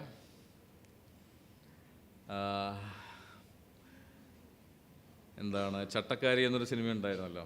ആ സിനിമയിലെ ഏതാണ് പാട്ട്? ഇന്ദ്രധനുസിനെ പറ്റി ഒരു പാട്ടില്ലേ? ആ പാട്ടല്ല, ഇന്ദ്രധനുസിൻ തൂവൽ പൊഴിയും തീരം എന്നുള്ള പാട്ടല്ല. മന്ദസ്മിതങ്ങൾ മാടി വിളിക്കും ഇന്ദുഗോപം നീ. അതിൻ്റെ അടുത്ത മേലെയുള്ള വരി എന്താണ്? മന്ദസമീരനിൽ ഒഴുകി വരും ഇന്ദ്രചാപം നീ. മന്ദസ്മിതങ്ങൾ മാടി വിളിക്കും ഇന്ദുഗോപം നീ. എന്തെല്ലാം വാക്കുകളാണല്ലേ! ഇന്ദ്രധനുസ് പോരാഞ്ഞിട്ടാണ് ഇന്ദുഗോപം. ഇന്ദുഗോപം എന്താണ്?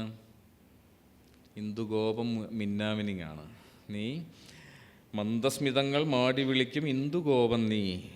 മന്ദസമീരനിൽ ഒഴുകി വരും ഇന്ദ്രചാപം നീ. കാറ്റിൽ ഒഴുകി വരുന്ന മഴവില്ലാണ് നീ. നീ മന്ദസ്മിതം കൊണ്ട് ശോഭ വിതറുന്ന ഇന്ദുഗോപമാണ്, മിന്നാമിനിങ്ങാണ് എന്നെല്ലാം പറയുന്ന ആ പാട്ടായിരിക്കും ഒരു പക്ഷേ ഈ ദിവസം നമുക്ക് ഇതുപോലൊരു സെഷൻ പറഞ്ഞ് അവസാനിപ്പിക്കാൻ ഉചിതമായ വരികളെന്ന് ഞാൻ വിചാരിക്കുന്നു.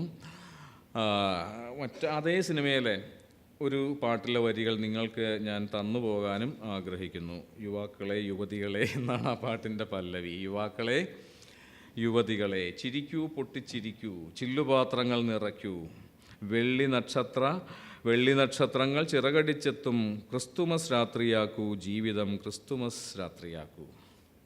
അപ്പോൾ ഇതാണ് നിങ്ങൾക്കുള്ള വയലാറിൻ്റെയും എൻ്റെയും ഇന്നത്തെ ജീവിത സന്ദേശം. ചിരിക്കൂ പൊട്ടിച്ചിരിക്കൂ, ചില്ലുപാത്രങ്ങൾ നിറയ്ക്കൂ, വെള്ളി നക്ഷത്രങ്ങൾ ചിറകടിച്ചെത്തും, ക്രിസ്തുമസ് രാത്രിയാക്കൂ, ജീവിതം ക്രിസ്തുമസ് രാത്രിയാക്കൂ. അപ്പോൾ ഈ വരികൾ മറക്കരുത്. വെള്ളി നക്ഷത്രങ്ങൾ ചിറകടിച്ചെത്തും, ക്രിസ്തുമസ് രാത്രിയാക്കൂ, ജീവിതം ക്രിസ്തുമസ് രാത്രിയാക്കൂ. May all the stars of the world shine upon your dwelling എന്നൊരു വരിയുണ്ട്. ഇംഗ്ലീഷ് സ്റ്റുഡൻസിന് അറിയായിരിക്കും, അല്ലേ? May all the stars of the world shine upon your dwelling. ലോകത്തെ എല്ലാ നക്ഷത്രങ്ങളും നിൻ്റെ വീട്ടിൻ്റെ മുകളിൽ പ്രകാശിക്കട്ടെ എന്ന് പണ്ടൊരു കാമുകനൊരു കാമുകിയോട് പറഞ്ഞതാണ്. അതുകൊണ്ട് ഒരിക്കൽ കൂടി പ്രണയ തിരുനാൾ ആശംസകൾ. നന്ദി, നമസ്കാരം.